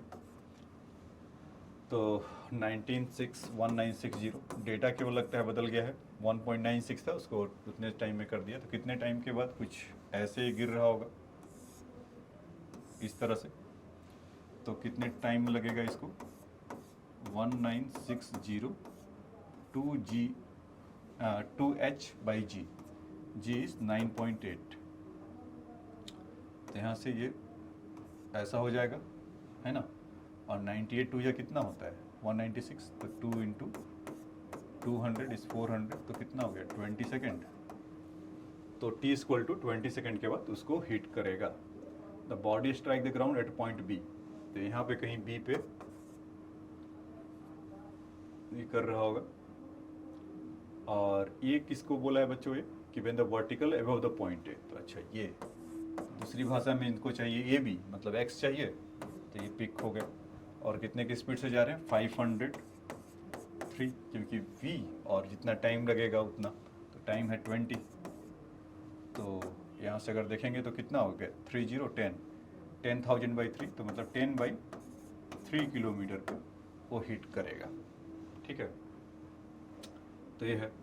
आइए एक नेक्स्ट देख लिया जाए। कह रहा कि mail bag is to be dropped in the post office from the aeroplane flying in the horizontally with the velocity of 270 kilometre per hour. ये तो वर्ल्ड वार 2 की कहानी दे रहा है कि दूर से ही फेंक के चलते बनो। या स्पाई टाइप का होगा, आज के ज़माने से अगर कहें तो ड्रोन होगा, ड्रोन ड्रॉप करके निकल रहा होगा। तो खैर आने वाले दिनों में हम एरोप्लेन के जगह पे ड्रोन भी देखेंगे, है ना बच्चों। देखिए, a mail bag is to be dropped into the post office from the aeroplane flying horizontally with the velocity of 270 km per hour at a height of 16.4 meter above the ground. How far must the aeroplane be from the post office at the time of the dropping the bag so that it directly fall into the post office? तो देखो, इसमें कहीं उड़ान ऐसे भर रहा होगा, ऐसा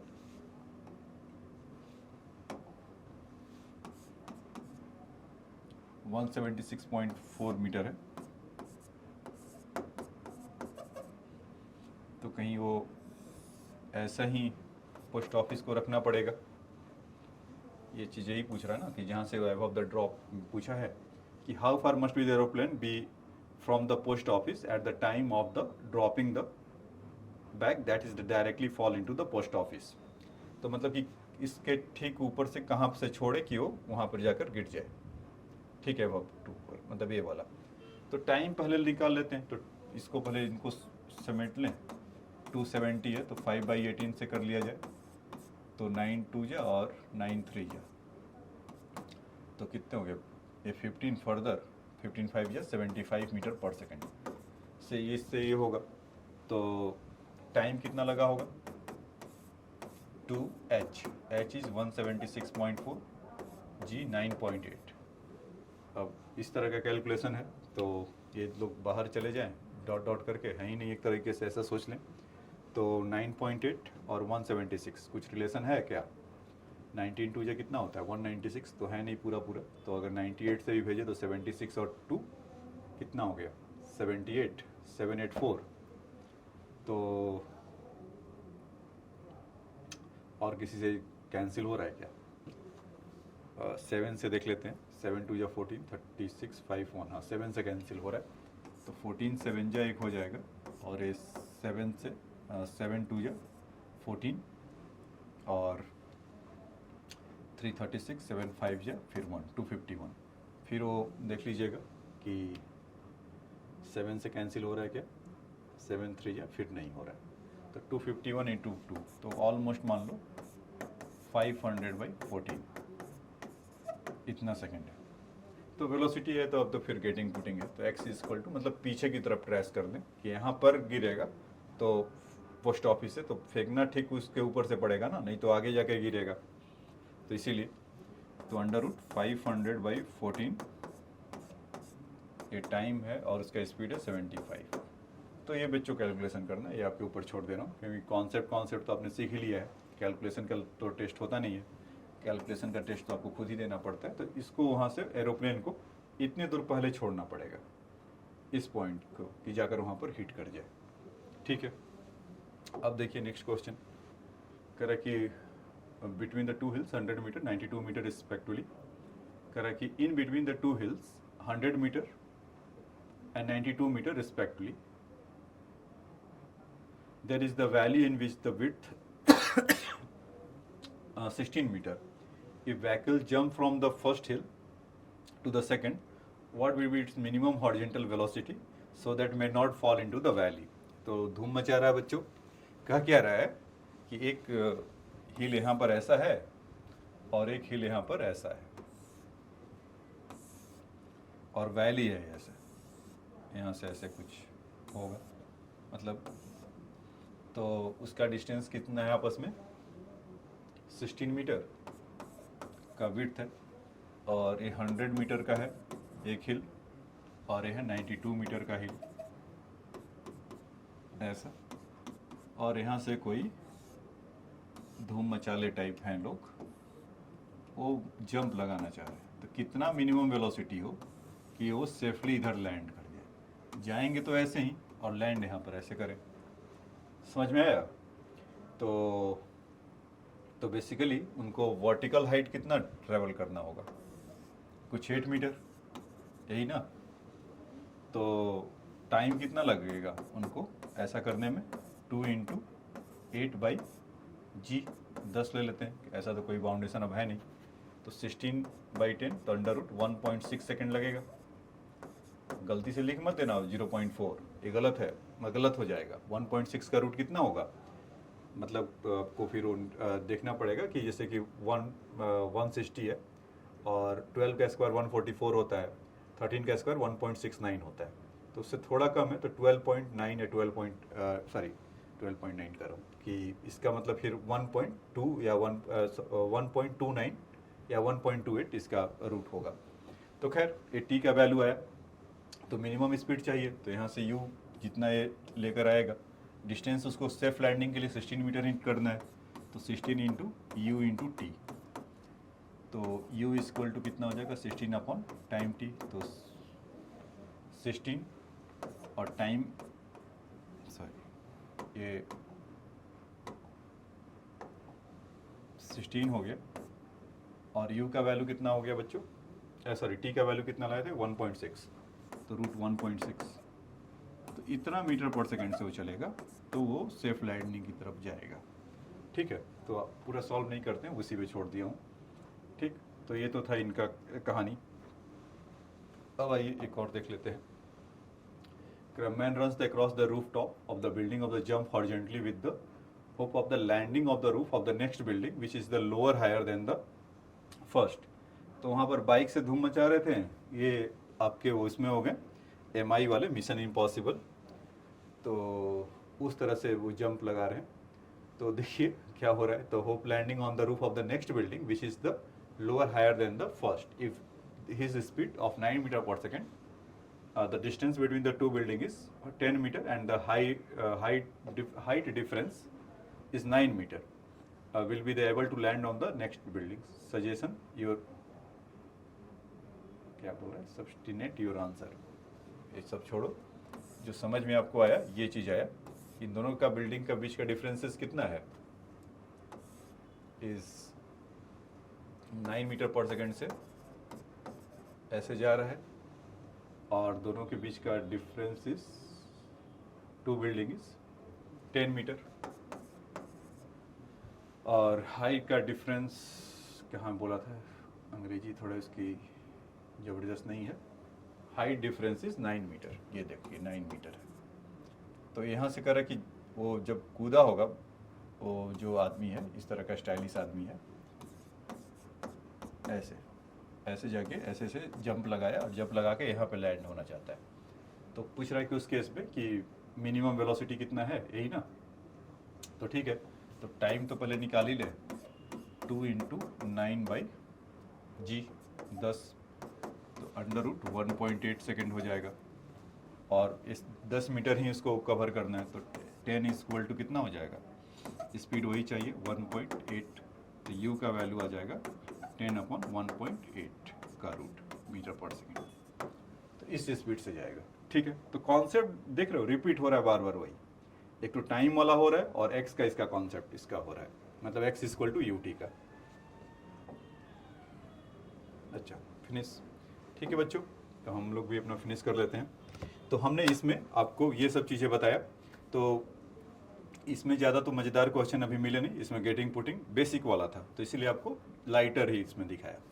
नेक्स्ट क्लास में जब हम लोग मिलेंगे तो इस पर कुछ मुश्किल क्वेश्चन निकालेंगे, 2-3 क्वेश्चन लेंगे, और फिर उसके बाद आपको motion, projectile motion in incline plane, तो वो एडवांस का है जो फेवरेट है, वो रहेगा ही आपको, मतलब उसको केवल यहाँ से ही आपको नहीं मिलेगा, उसका जो आप उसका जो रिपीटिशन देखेंगे वो आपको कोलिजन वाले बीच में मिलेगा, जो वर्क एनर्जी थ्योरम के जो चैप्टर होते हैं मोमेंटम कंजर्वेशन में, तो वहाँ पर भी वो देखने को मिलेगा। तो आज का लेक्चर यहीं पर फिनिश करते हैं, और नेक्स्ट बार जब हम लोग मिलेंगे तो motion in the projectile motion on incline plane के लिए देखेंगे। ठीक है, थैंक्स फॉर योर टाइम।